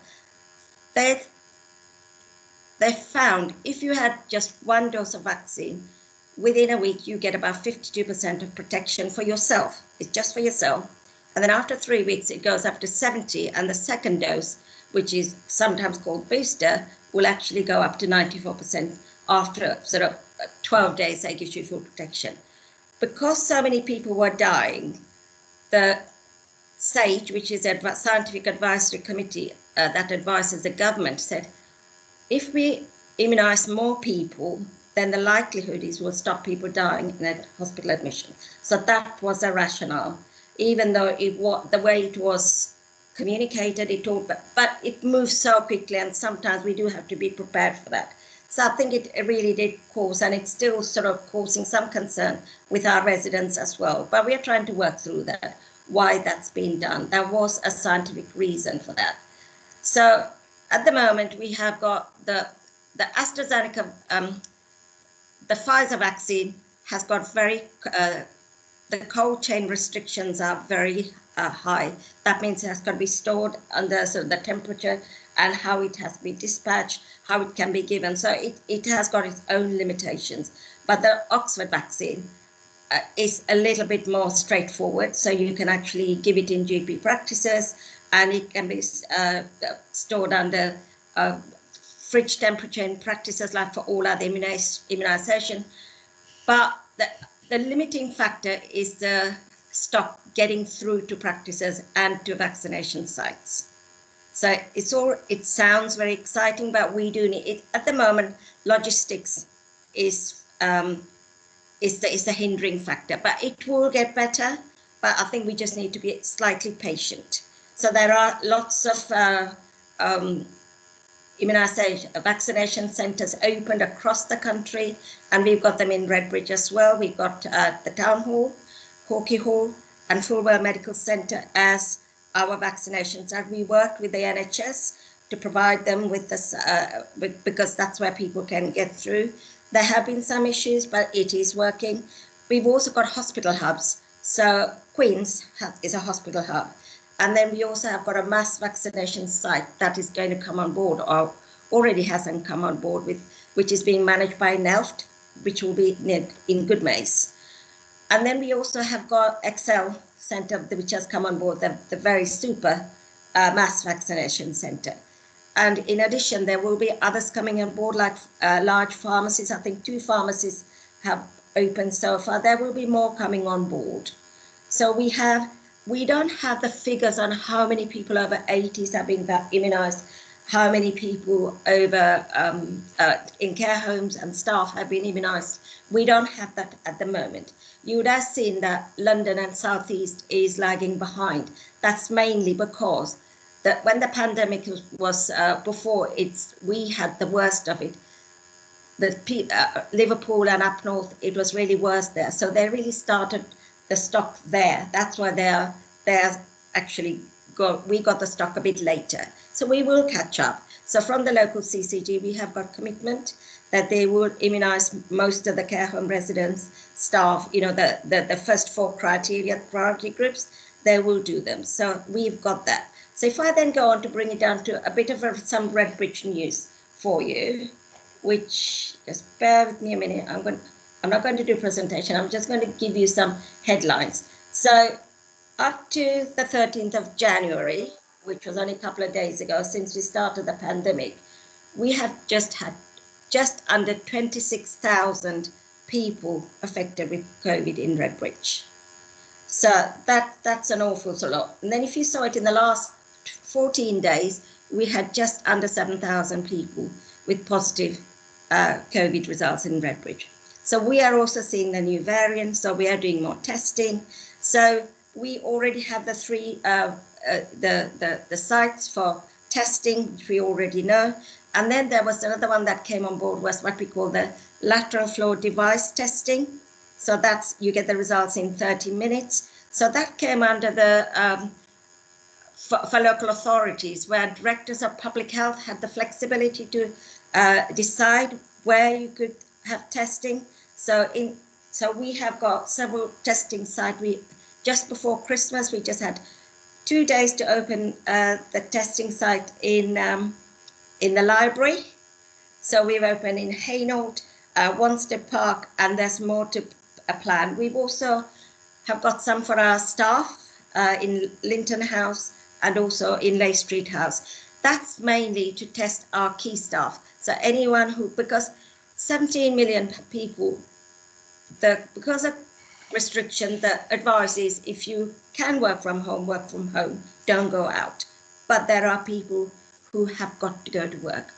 So it's really sort of, before when they said key worker testing was mainly for health and social care. So it gives us that flexibility to decide who do we mean by key workers. It could be police, fire, businesses, anyone who we think. So we've got that flexibility. So we are offering that, and we have been offering that since before Christmas. And what we are finding is 10% of our asymptomatic tests are testing positive. So they're all new variants. So because the prevalence is so high, you don't even have to send it out for PCR confirmation anymore. So we are doing that. So we are finding, so the whole purpose of testing, finding positive, self-isolating, and also the contacts and breaking the chain of infection. Now, I will be sort of, for Redbridge, we are the 4th highest in the country. So we were the 2nd, now we're 4th. So yesterday we were 3rd, we are now coming down to 4th. So we really have, so BND, Barking and Dagenham is 1st, Newham 2nd, Knowsley in Northwest is 4th, we are 4th, and then Harlow is 5th. So the first, 5. So when we first looked at our data, our own data, we do send you the member update every Friday, and we also send it to you by wards. At the moment, it wouldn't really make any sense to send you by ward, because every single ward is, apart from a few wards, over 1,000 per 100,000. So then who is it affecting? So when we look at the ratio, male and female, it's the same. It's affecting men and women alike. It's a similar position. So most cases in Redbridge are between 18 and 64-year-olds, followed by under 18-year-olds, and then the least are the over 65s. So it's the younger age group it's affecting. Really? So it's a similar picture. Again, because we are a diverse borough, if you look at the ethnic groups, so 29% of white, and I mean, if you take Bangladeshis, Indian and Pakistani as our Black and Asian minority communities, 61% of cases are from our communities. So we do know we have got that broken down. So when Dennis, who will follow me afterwards, will tell you what we are doing to target and work with those residents. Of the 22 wards, there has been a reduction in some wards, so Monkham's, Fairlop, Wanstead Village, and Wanstead Park. We've seen a slight reduction. Places like I think Mayfield, that's remained high, but this week we are seeing a rise in Seven Kings. So it fluctuates. So you can't really say we're going to do something in one area and not the other. So if we look at where these transmissions are happening, so I do get data, what we call spatial epidemiology. Majority of it happens in households. So if someone goes out, because it's highly transmissible, they are asymptomatic, they can pass it on to their families. So we are doing some targeted work where we are going and handing in leaflets and handing out test kits so people can test, because these are the people who will not come out. We are also hoping to find a solution because at the moment it says you can't go out, So we want to find a mobile solution. So we're working with, because we have got the RAF logistics for a couple of weeks to help us to plan. So we are looking to see whether we can kit out a mobile unit that we can go from ward to ward rather than people coming. So we're expanding the testing capacity. The only way you will bring the rates down is by increasing the testing all the right people or isolating the positive. So we're working on that. And there have been some outbreaks in care homes, in a couple of care homes, but because we are ready for care homes this time, we have personally put an awful lot of support for our care homes for infection prevention and control, not just from the council, but with our NHS and our health colleagues, because we want them to have the best care. So if someone is sick, they're seen straight away. But fortunately, those who have got symptoms, they're isolated, they're getting better. So that's really a good sign for us. And the other thing that we are doing in Redbridge is just before Christmas, we implemented our own contact tracing service because the national test and trace, it was so overwhelming for them. We said, we know our communities and we can do that. So we have been doing that. And because it was fluctuating between 50 and 55% coverage for contacts and cases before, and now we have brought it up to 85 and 90. So the teams across the council have been working very, very hard to really work through. So we still have a long way to go. I will not be, I am cautiously optimistic, but like everyone else, I think we need to get really clear key messages, quite strict, because I mean, last week alone, so for Redbridge, if you talk about deaths, still from the time the pandemic started, we have had 526 deaths. That's quite high. And last week alone, there were 63 deaths. So the people who are in hospital are younger age group as well. So I do sort of, when I talk to younger age group, this is working age group, because they do have to go to work, because a lot of our working age group residents, they're in front-facing professions, so they're exposed to, so they have got that higher likelihood of being exposed. So we do need to be really, really careful to get the messages out there. If you don't have to work, please don't go out, because the only way you come into contact with the virus is if you're coming into contact with someone who's not in your family, not in your bubble, as I call it.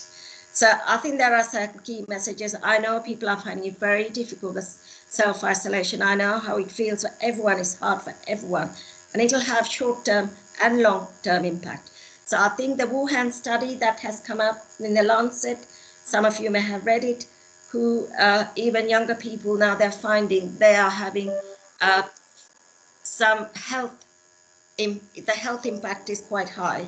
So again, there's a lot of things we don't know about the virus. So when you talk about health impact, because it does affect if you're in a working age group, it's your family, you're earning. So it's all those health inequalities. So we really do need to be mindful. So it's not going to go away. I mean, we are not going to be able to vaccinate everyone till the end of autumn. So it's going to be a long haul for us. So we need to be patient. And we had a peer review of all our actions a couple of days ago at the London regional office. And because what the outcome was, we were told, because we are doing targeted work, we should see a difference. So for me, in the last 3 days, I won't get excited just about the last 3 days, but our rates are coming down, and we're hoping, because we keep targeting on the testing, key messages, and the vaccination, that will help us. But the vaccination, again, I think, like everyone else, I'm also concerned that people don't think once you get vaccinated, you don't have to socially distance, you don't have to do all those other. So we just need to be mindful. It's those key messages going out constantly, and I think we are doing that an awful lot. I'll stop there. I don't know, Chair, if you want to ask questions now, or do you want my colleague Dennis to follow and then ask questions? Well, I think we'll ask questions now. I just wanted to say both to you and to Dennis that, and in fact to the whole public health team here, we have to recognise that apart from Bexley, we have the smallest public health department in London, and Hackney and Tower Hamlets have 3 times the number of staff that we do. So what we're doing with a very big population and a very diverse population is absolutely exemplary, and I think we owe you a real vote of thanks for the efforts you're making. Obviously, overall, it's really grim news. I don't think we can get away from that. Some of the figures we've seen over the last couple of days are a bit more encouraging, but let's not, put too much weight into that. It's a long haul and it's very difficult for everyone. But I think it's particularly difficult for our public health department. So our thanks to you. So I'm going to leave it now open to members to ask questions, and I have Councillor Mrs. Gomez to ask first. Rosa, the floor is yours. Thank you, Chair. Thank you, Chair. I thank you, Gladys, for the briefing. Very informative.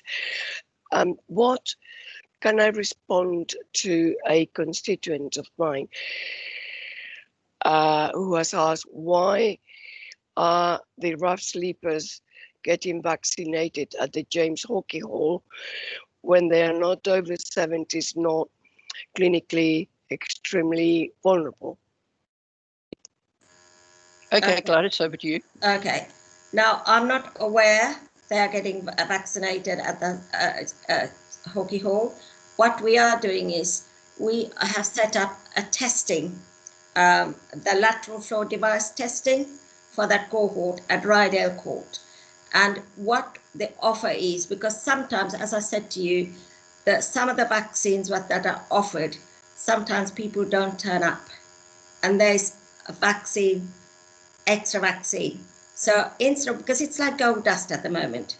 So what sometimes they do offer is, if someone can get to the town hall within 20 minutes, and these are people, they are actually in the priority group, because not all of them are registered with GPs. So we haven't actually started that, but the offer is there, but it's more of the testing, and it's about making sure everyone's included.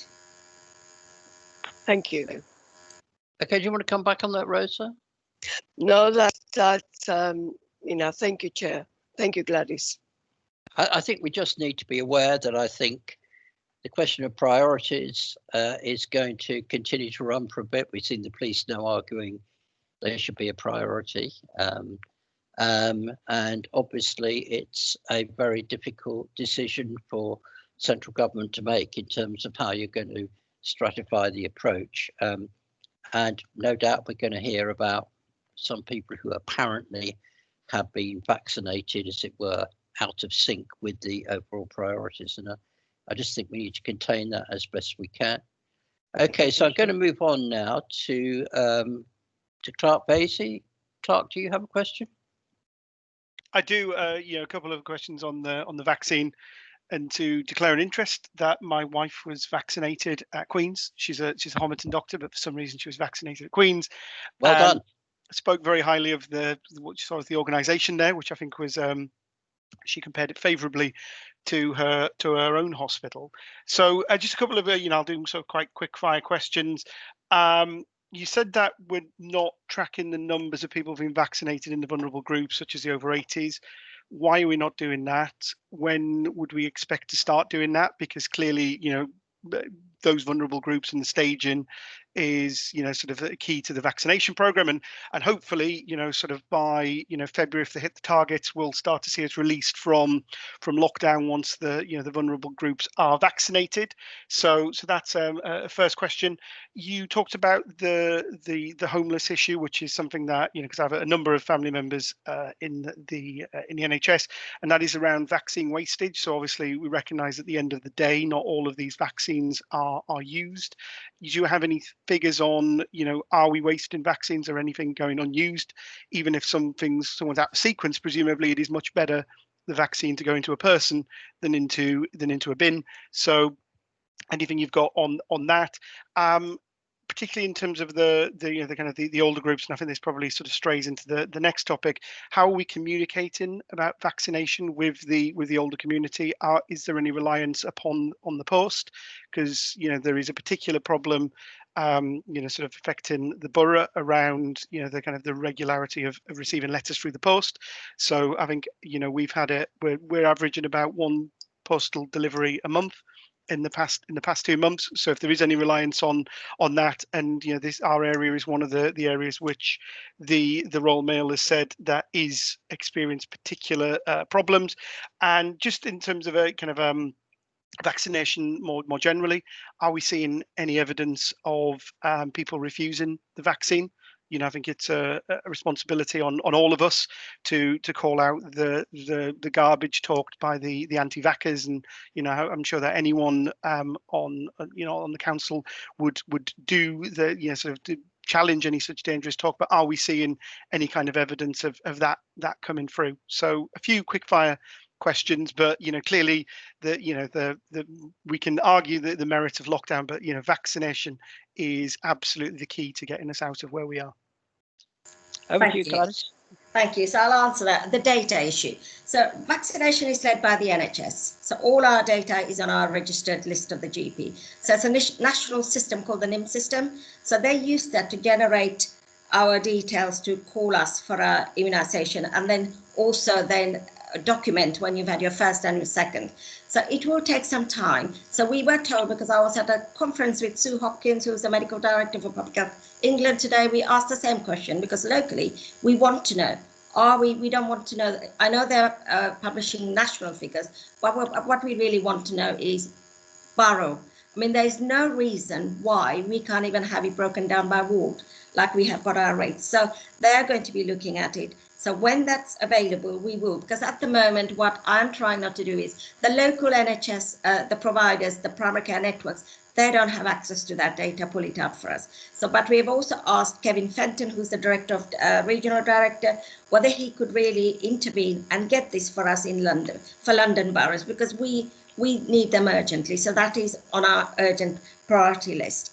The wastage issue is wherever we haven't, because we have a good relation, because we do work closely with the providers. Whenever there is some spare vaccine, the priority is health and social care staff. So those are frontline workers are already in the system, but there are, because if you, for instance, the social care, the team leader, or they have got support staff with them. So we do, so that the staff are given priority. And the third question you asked was about the post. I think this really applies to the Nightingale site, the super sites, as I call them.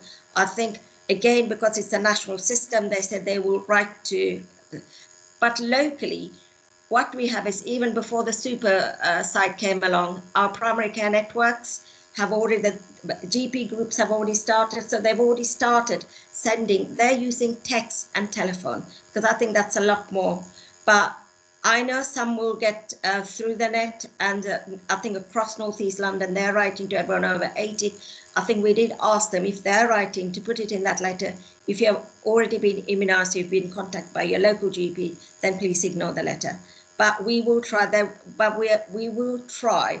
And then about the refusal and the key messages, I think you would have seen, Mark and Jas have very, very actively, and lots of others have been very actively promoting the vaccine. At the moment, we haven't had anyone refusing. Maybe that's because of the age group. But we have, again, raised it. There are other anti-vaxxers, but we'll just work with them. If we can get at least 70% of our population immunised, I think we will be doing a good service. Okay. Thank you. Thanks for that. So now we've again got a sort of a time budgeting situation. So I'm going to ask for members to be succinct in their questions, and to ask you, Gladys and Dennis, to be succinct in your replies as well, just so we can get through the meeting on a timely basis. So the next person I have is Councillor Mrs. Brewer. Thank you, Chair. Gladys, thank you so much for this information. I remain concerned to read that the infections in the care homes are continuing to rise even after the introduction of the new measures. So I just wanted to ask, is there any information about the current vaccination rate for our care home residents, borough care home residents, and also for the care home residents and the care home staff in the borough, please, if we know what the rate is? Thank you very much. Thank you, Beverly. Since the first wave, we have been testing the care home residents and staff regularly. So most of what we're finding is these are positives found on regular asymptomatic testing. But there are some outbreaks, we're aware of that. So we have been assured by the end of this week, all our older care home residents and their carers would have been immunized. I already know quite a few large ones, they have already started. And sometimes when there's an outbreak, they can't immunize. So they have got a rolling start, but by the end of this week, I've been told that they would have immunized. Okay, I think that's hugely positive. Yeah, they're working Saturdays and Sundays. Yeah, is that just the older care home residents? Do we know about our learning disabled or those with mental health needs, Gladys, and also the rate for the care staff? Sorry. Yeah, sorry, but they are sticking to the JCVI guidance because they are under. But this is mainly limited to because of this, as I said to you, the vaccine availability and also who's at most risk. At the moment, that once they have immunized, covered all this cohort, then they will go down the list. Okay, so in answer to Beverly's question, we really need to know where learning disabled people stand on the priority list. And that's perhaps something we could take outside the meeting? Yeah. If you'd be happy to do that, Beverly? Yeah, I'd be very happy, Chair. I just wondered if Gladys had the figure or could pass on what the staff rate of vaccination is. At the moment, I don't have that because I haven't finished vaccinating, but I will get that for you. Okay, so we'll make a note of that Thank you, to follow up, if that's okay. Right, so pressing on. We've got you now, Daniel. Thanks, Chair. Gladys, I want to say, apart from anything else, thank you so much to you and all of your team. I mean, I think those of us on this committee know that public health isn't exactly an inactive team throughout the year, but what you're going through at the moment and the amount of work you're getting through and having to get through is extraordinary. And I know we're very grateful for the information we're getting. The thing I wanted to bring up, though, because you hadn't mentioned, you did sort of allude to it. Obviously, it's not just people who have to isolate. It's a lot of people in the current situation either not being able to access their usual health services. I'm thinking particularly of mental health services. I appreciate we haven't got any NELF colleagues here this evening, but I can almost see, if you like, next year or the year after's public health report being the mental health crisis effect of repeated lockdowns, repeated isolations, and frankly, just the uncertainty and the effects that's having. And I know it's something I'd really love us to be able to get out more as members, is just the availability of, you know, whether it's not by person maybe, but over the phone or online, of those services continuing throughout the pandemic, and just how we're, obviously it's really important that the vaccine messages and the safety messages stay out, but if we can include our mental health awareness and support in our public health messages at the current time, and what we can do to support that would be really great. Thank you. Thank you, Daniel. I mean, I really overlooked, because that has been paramount on top of my list. So what we have done is we have part of those messages. We have also been, because we are, mental well-being is going to really suffer. This is for all age groups. So the annual public health report, which I'll be bringing to you for next month, I think, we'll be looking at the short and long-term effects of the pandemic, and we'll be referring to them more in detail. So my colleague Dennis, after me, the consultant in public health, will talk to you through about some of the issues we're doing. What we have also done is locally with NELF colleagues, there are lots and lots of resources out there available, but only this is for all ages. But only thing is, when we did a survey and people did not know where they were. So what we want to do is capture people before they get to that crisis state. So we have created a mental well-being map. So whereby going through, it's on our website, and we have, I mean, I can send it to members again. So if you go through that, if you click on it, you will find what services are available. Not just services, support is available wherever you live and you can access. So we are taking that very seriously. And the other issue also, suicide prevention. So we are concentrating on, we are taking that I think this is an issue that we are going to be, it's going to impact all of us. Thank you for reminding me. Okay, so that's really good. I mean, it's not good, it's really bad, but I think the question was a good one and a very full answer from you, Gladys. And sadly, we're all going to wait and see on that, aren't we? Khaled, you have a question? Yes, Chair. Thank you for this opportunity to ask the question to Gladys. Gladys, thank you very much for your work and the report you're providing to us. Much appreciated. But obviously also the lots of responsibility on your shoulder now because of the situation. We all concerned about our health. In your report, you just painted a sobering picture in Red Beach that obviously death rate has been increased and also infection. Also, you mentioned about the 7 Kings in particular. Can you just give me the assurance that you will take a special measure that still I can see the people are playing football in 7 Kings Park? Not only one group, multiple groups. And I read this issue previously as well. Can you just give me the assurance that you will take special measures from tomorrow until we come out of this position of this lockdown? There will be no football playing in 7 Kings Park. Because this is my local area where I live. Hang on a second. I don't think that's really Gladys's job. No, I understand, Chair. I understand, Chair, because I understand the cabinet member also in here, because it is in the public health emergency. We are all facing this difficulty. No. Unless until we take this situation seriously. Fully understand that. Enforcement is a role for the police. And in fact, if you saw Wes Streeting over the weekend, the MP for Ilford North, he was making exactly the same point about people playing football in parks when they're not supposed to do that. But enforcement is not a public health function. Enforcement is a police function, and public health really is more about informing and advising the public about what sensible behaviours are. I'm going to let Gladys answer it because she's probably more capable than I am of doing that. But I just think we need to make sure that we're absolutely clear that enforcement is not a public health function. That's for the police. Over to you, Gladys. So thank you, Chair. So you're right, it's not, but this pandemic, we have to work together. So what we do have is we give the intelligence to our police colleagues and enforcement colleagues. So that I think you're quite right, because we have got our own work stream. So we discussed the 7 Kings Park, and I think there were other issues. And I think our cabinet member and others have taken up that board with the police. So we will target when we get the information, we share that. And there is a group of people working together. This also applies to other shops and about people not adhering to face covering, all of those issues. Okay, Mark, are you with us? Hello? I am. So just as you've been mentioned as cabinet member, do you have anything you want to add to that?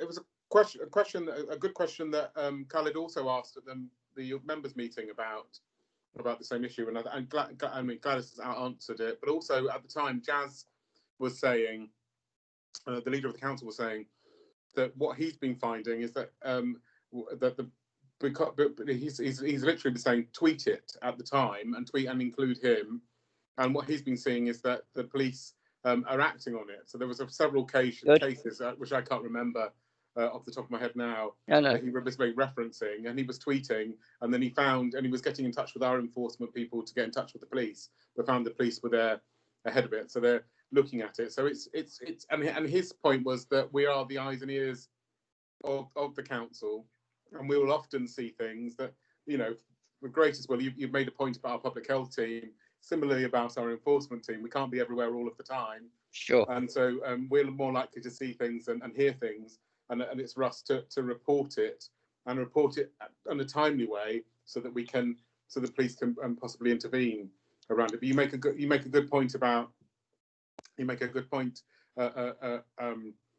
the fact that it's the police that enforce it, and we need to, as Gladys says, we'll work together with people.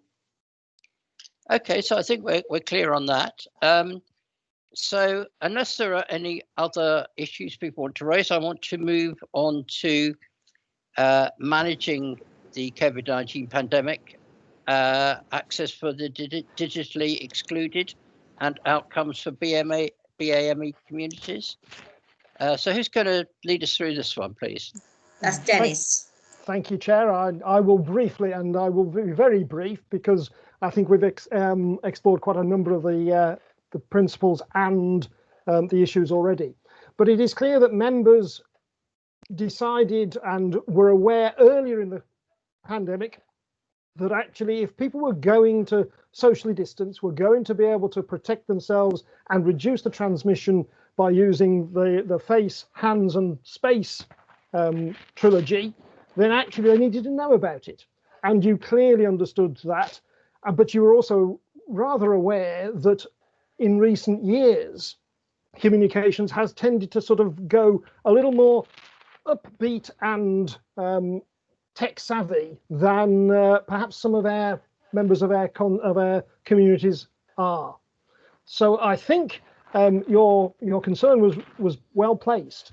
But what I want to come back and to assure you of is that the programme of communications, which has been going on, I think, since the beginning of the pandemic, but certainly in the time I've been here since the summer, it's been clear that there has been an ongoing programme that has included all the channels. And that's included print, it's included quite large advertising, digital advertising as well. We've had members, particularly cabinet members and leaders of council, out on the local radio. So we've been using the oral routes. We've been using connections with community groups, and so the engagements within communities of interest, however you want to sort of carve those up, has continued in an oral tradition. And clearly the community ambassadors in particular have been a real good way of enabling that to happen person to person within the context of communities. And so I would like to try and assure members that actually the whole breadth of the spectrum of communication has been in use. And so therefore, I would hope that we'd be able to overcome some of that sort of technology black spots that we have. The other principal part of the concerns that you had were clearly about the additional risks for Black, Asian, ethnic minority, heritage groups of our community, which the Public Health England research had highlighted. And you actually took a paper and debated this and developed those work programs, which the COVID board have been overseeing. But basically they're actually in the written program, so I won't reread them. But actually what we've been doing is attempting and ensuring that we get some further detailed communication and dialogue with different groups. And so we've had the phase one engagements where we've been at community leader level. We've had phase two where we've been at more community levels, community groups in the broader messages, but also the phase three has now started because we've appointed an engagement officer who is then going into these groups and enabling them with dialogue to begin to understand for themselves and to develop their own sort of responses and help each other to have those responses. And that has really started to work. We can't measure the impact yet, but that's because it's a bit early in the piece. And the same principal channels are also being used around the vaccination stuff. And you're quite right, we just need to continue now to encourage people to take up that vaccine and to try and overcome some of those vaccine hesitancy messages and beliefs that might well be out there. I will stop there, Chair. You're on mute, Chair. Thank you. Any member? No, I think you've silenced us all. Oh, not quite. Not quite. Councillor Mrs. Brewer? Oh, thank you, Chair. I just wanted to say thank you very much. And I just feel that there's still insufficient understanding of the factors that have led to the Black and minority ethnic communities being so severely hit by COVID. Yeah, sure. And I just wanted to say I look forward to the 2021 Health and Wellbeing Strategy further addressing these issues. Yeah. Thank you so much. Okay, sorry, I'm just playing with the technology at the moment, which is still giving me problems. So I think we'll note what you said and wish you well in your endeavours. I can see you smiling. Okay. Yes. I'll say something about officers at the very end of the meeting, not now, but I'll say it at the end. And I now want to move on to our next item. Oh dear. Is it trust performance data? Yes, that's right, Chair. Okay, Jilly, tell us what you think. Only to say that this is a standard item for comments and for noting by members in the usual way. Yeah, I mean, I think one of the most outstanding things that I saw about this was that if you look at BHRUT's website, they say they're doing in October, or rather November, they say they're doing 70.1. And if you look at NHS England, they said they're doing 46.6. And there's this sort of culture of denial at BHRUT, which I think is extremely unhelpful. They are almost certainly the worst trust on A&E performance in the country. We've just had a huge breakthrough, of course, in the sense that they have now acknowledged that they are short of beds after we've been saying for the last 5, 6, however many years that they need more beds to up their A&E performance. And we haven't just said it, we've actually provided a lot of very well researched evidence to prove it. Then finally, a month or so back, they finally acknowledged that they were short of beds. And I think it's just, a sad reflection on, it's not really management capacity. I think it's the board's capacity. So I think the non-executives have to take some responsibility for this as well.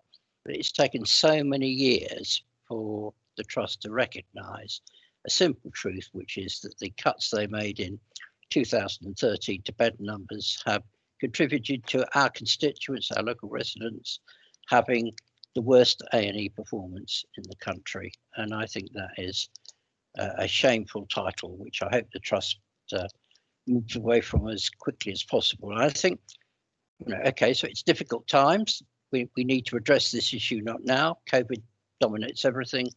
But when we get into the post-COVID world, I think that's something we need to continue to raise with them. And now they've accepted it, of course, the next step is to ask them how they're going to open the extra 60 to 100 beds they need to open in order to provide a decent service to our residents. But that's a subject for, I think, a different meeting, maybe in the late spring or early summer, when hopefully we're through the worst of the COVID situation. I see Mr. Cole has a question. Please continue. Yeah, carrying on with what you've just said, Chair, I would have said, I know we've got the BHRT coming to our next meeting, March, isn't it? I think. Yeah.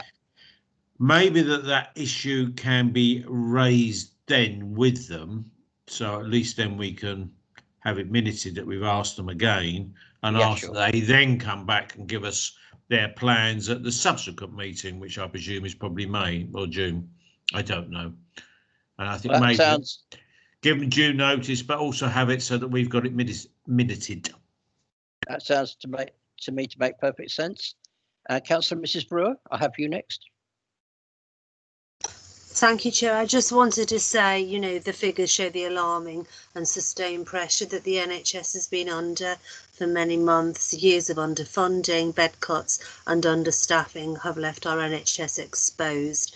and I'm especially concerned about the impact of the pandemic on our waiting lists. So I wondered if we could ask for further information to our next meeting about how local trusts are planning to restore activity levels for elective surgery in the coming months, please. I think my comment to that would be noted. I think as a sort of numbers person, I think I would, although I think both yours and Robert's comments are entirely sensible, I'm not sure by March we're going to be out of the woods. The way things look to me, it could be the May meeting before things are back on an even keel, or anything approaching an even keel. So if you would both be happy for us to say, we've noted your concerns and we will try and address them at the earliest possible meeting, I think that would be the most helpful way forward. There's no point in piling on them if they can't attend meetings. So would you and Robert, would you be happy with that if we said the earliest available meeting rather than setting a particular date? Robert? You're on mute. No, I'm not. He is. Robert.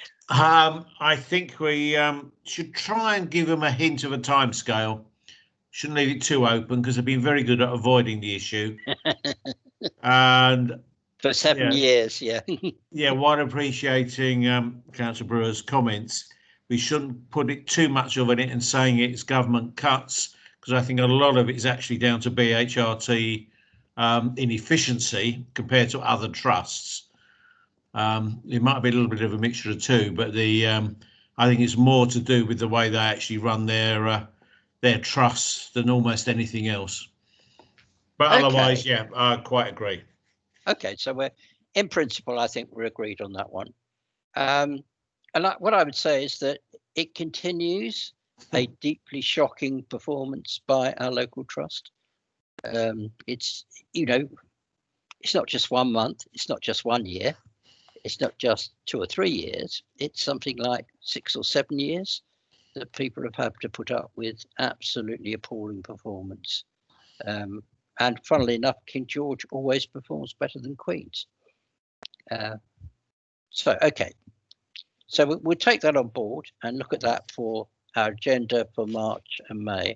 And I do take your point, Robert, that we don't really want to let the pressure up too much. We've just got to balance that with the sensible approach to the pressure there. Oh, yeah, no, I quite agree, but I think we shouldn't leave it as a piece of elastic. No, absolutely. Very much with you on that. Are we on to the work programme now, Gilly? Yes, we are, Chair, yes. I just wanted to say one thing on that. Well, really 2 things. The first is we've had to pause the maternity working group because of the pandemic situation. We can't get data from health. We can't get people to attend meetings, and I think that's perfectly understandable. Obviously, they hate the maternity working group anyway, for a whole range of reasons to do with the way they closed our maternity department. But I think in fairness to them, I think the overriding concern is the pressures which COVID are placing on them.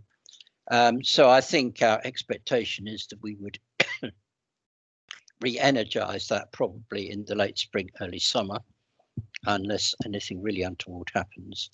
But interestingly, as part of their management changes, they've got Steve Rubery, who is the emergency care sort of lead at the clinical commissioning group, to work up how life is going to look after COVID. My interpretation of that is that means he's going to be working on what used to be called the clinical services strategy for BHR. And just to dwell on that for a moment, many of you may have heard me in private expressing my concerns about the capacity of BHR, which is largely an operationally focused organisation, to develop a long-term strategy for the trust. This really requires a totally different skill set. You know, obviously now they're totally embraced with the COVID epidemic. But even before then, I really doubted their capacity. They employed a consultancy firm, the Carnell Farrer Consultancy, to do some work for them. We've never seen any of that. And ironically, Ruth Carnell was the chief executive of NHS London, who signed off the Health and North East London plan, which has really been very unhelpful as far as services in our part of the world are concerned. And what I was going to suggest is that, given that the maternity working group is on hold and Steve Rubery has now been delegated the task of presumably putting together some sort of plan for services, that the committee might agree for us to write to Steve Rubery, and for officers and myself and the vice chair and spokes to start talking to Steve Rubery about the clinical services strategy in general, and about the case for re-establishing a maternity service in Redbridge. So how do members feel about that? I think that's really good. Chair. Everyone happy with that? Yeah, I think so. The only thing is I don't want to put undue pressure on them. They've got enough to cope with at the moment. So if he's able to do that, then fine. No problem. Okay, well, we'll be, you know me, sensitive is the word, isn't it? Oh, yes. Oh, yes. I promise. Okay, so that's agreed. Happy with that, Gilly? Yes, that's noted, Chair. Thanks. Okay, that's good. Now then, let me just sit back to, oh crikey, where am I?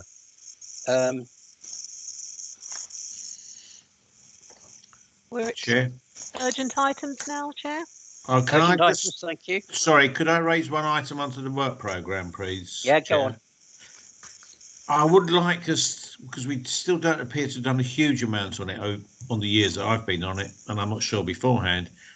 I would still like to discuss more about where the CCG are going and the primary care services in the borough. I know we have a meeting with Dr. Meta, came in. I know it's tied in with others, but I would like to see a far better where we're going, and we're still getting problems with who's paying for things between CCG, hospital and others, when in the end it's all just one NHS budget. But I would like to discuss where we're going, because we're still not well served primary care in this borough. We're still short of GPs, and how they purchase things. And I'd like to see us have a bit more discussion with CCG about where they're going, their ideas, and maybe their relationship with BHRT, because they didn't help the borough over the A&E, because they never came out and said it should stay. Well, yeah, I mean, I think that's I mean, I agree with everything you say, which is a good start. Problem is that it's a lot of work. Yeah. I can give you my view, which is I think that apart from this work that Steve Rubery is doing about I'm going to call it clinical services strategy, which I think we need to zoom in on to make sure that we have a proper input before it's published. I think the whole business of where the CCG is going in the longer term is in my view, pretty much up in the air. Up until fairly recently, I could see, this is an entirely personal view, incidentally, I could see there would be some sense in local authorities and, if you like, the commissioning side of health getting together. But now the East London Healthcare Partnership includes all the providers, all the provider trusts as well.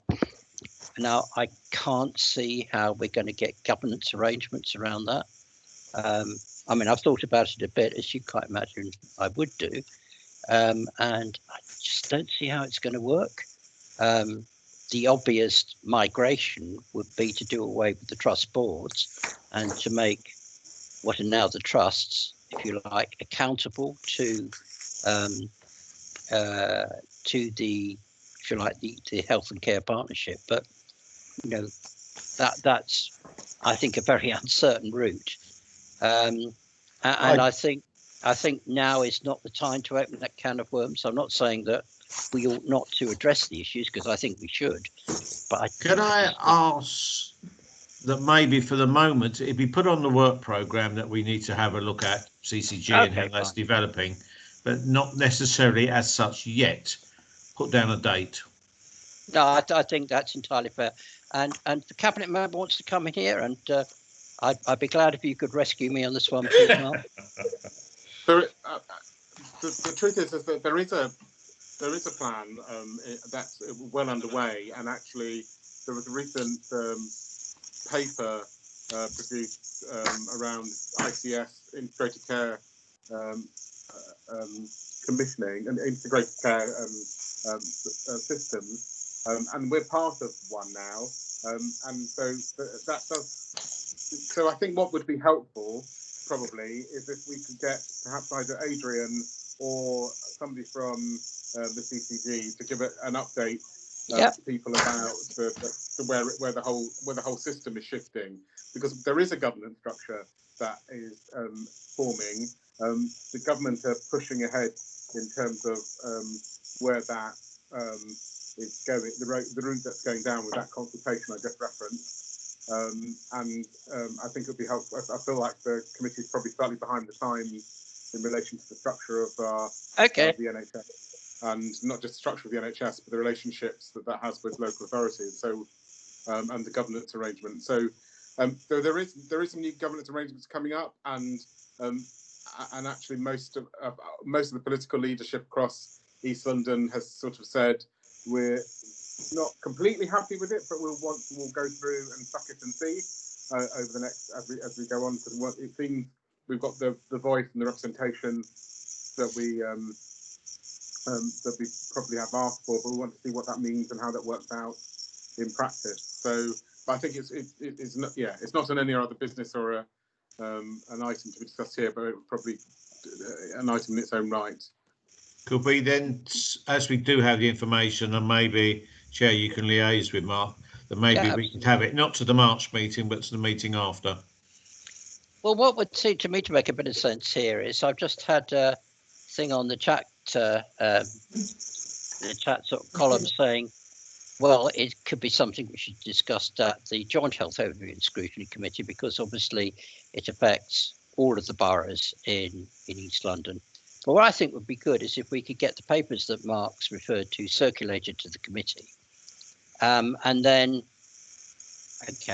anyone who's got any interest or concerns could raise them with me directly. I just think this is such a big and difficult issue. I think. Sorry, Chair. I was just going to say, I do think even it's to go to as far as a briefing to get at least up to speed where it is. And I think the committee as a whole, I do get the impression a lot of stuff is going to Josh, and we in Redbridge members and cooperative members of this committee are not necessarily always catching up with the information. And we do need to try and make it as Redbridge focused as possible. I know you might have to go to the next stage up to get some things done, but we need to be able to understand what's going on and have a position to express our views, so that you know that you represent the committee's views when you go to Josh. Yeah, I fully agree with that, and I think Cabinet Member has something to say on that as well. I completely agree with Robert on that as well. And actually, if you look at it's really hard to have a conversation about it without people having some background. But so the basic unit of the integrated care system is going to be the borough partnership, and so which actually will ensure that we will and our needs as a borough will be represented. And the next level up is the integrated care partnership, of which we're part of, and that's for us it'll be Barking, Dagenham, Havering, and Redbridge, which will have oversight across the system at that level on issues that require that level of scale. And then there's the integrated care system, which is made up of the Barking and Havering element. So far, Waltham Forest, Tower Hamlets, and Newham, although some of those might go independent, and then the third part, City and Hackney. But I think it's worth having a briefing at a scrutiny committee so people can get to grips with where the direction of travel with the system, and then we can I think have a more informed conversation, which is absolutely important that this committee is able to do about the future direction. I think there are some positives. There are also some worries, and one of the worries that we always have with systems like this, situations like this, is the place that Redbridge has within that, and how it's a mantra that I know our chair of this committee constantly says about how we get left out and left behind, and there's some anxieties that we have that we constantly I've been expressing through that about how those sorts of things can be addressed. There is that whole legacy of underfunding that we see with the Safe Our Primary Care and the Safe Our Acute Trust. Whilst we might be at the appropriate levels of funding, so there's been a whole legacy that has an impact. That period of underfunding, and I'm now going to stop because I'm realising I'm rambling on. So, No, I thought it was quite good actually. Councillor Morgan Thomas. Thanks, Chair.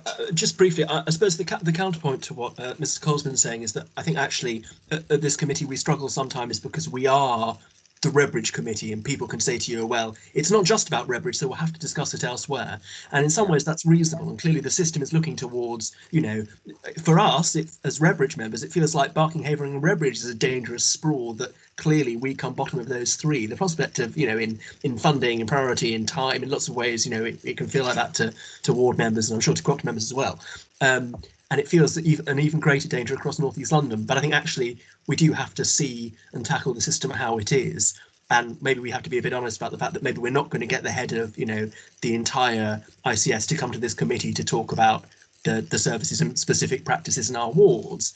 And actually we can use our discussions and the people we do get here to form our ideas that we take up to the high level, so we know, we can make the arguments in the right places. Because much as I'd love to have, get Jay Milligan here to answer for what they're doing at WIPS, not just the actual WIPS project team, actually, it needs to, we sort of need to know where we are in the scheme, and it will be really useful to have a paper on it at a future meeting and to see where it's going, so that we know where we can go as members, and as sure for the cabinet member and others as well.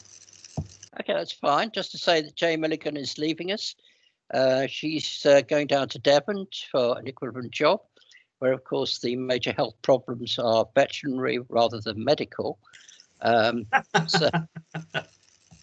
So she's out of it. And we wait and see who assumes the crown, and whether our local person, Kerry Jacob, could possibly be taking over if she wants. I don't know. We'll have to wait and see. But best wishes to Jay Milligan, who has been a very congenial colleague. I just want to finish, unless Julie's going to tell me I've got to do something else, by saying a really big thank you to officers. In a way, it's easy as a member, isn't it? We front it, we talk about it, we make policy. But for officers, I think this has been a really challenging 12 months. I'm very grateful for the support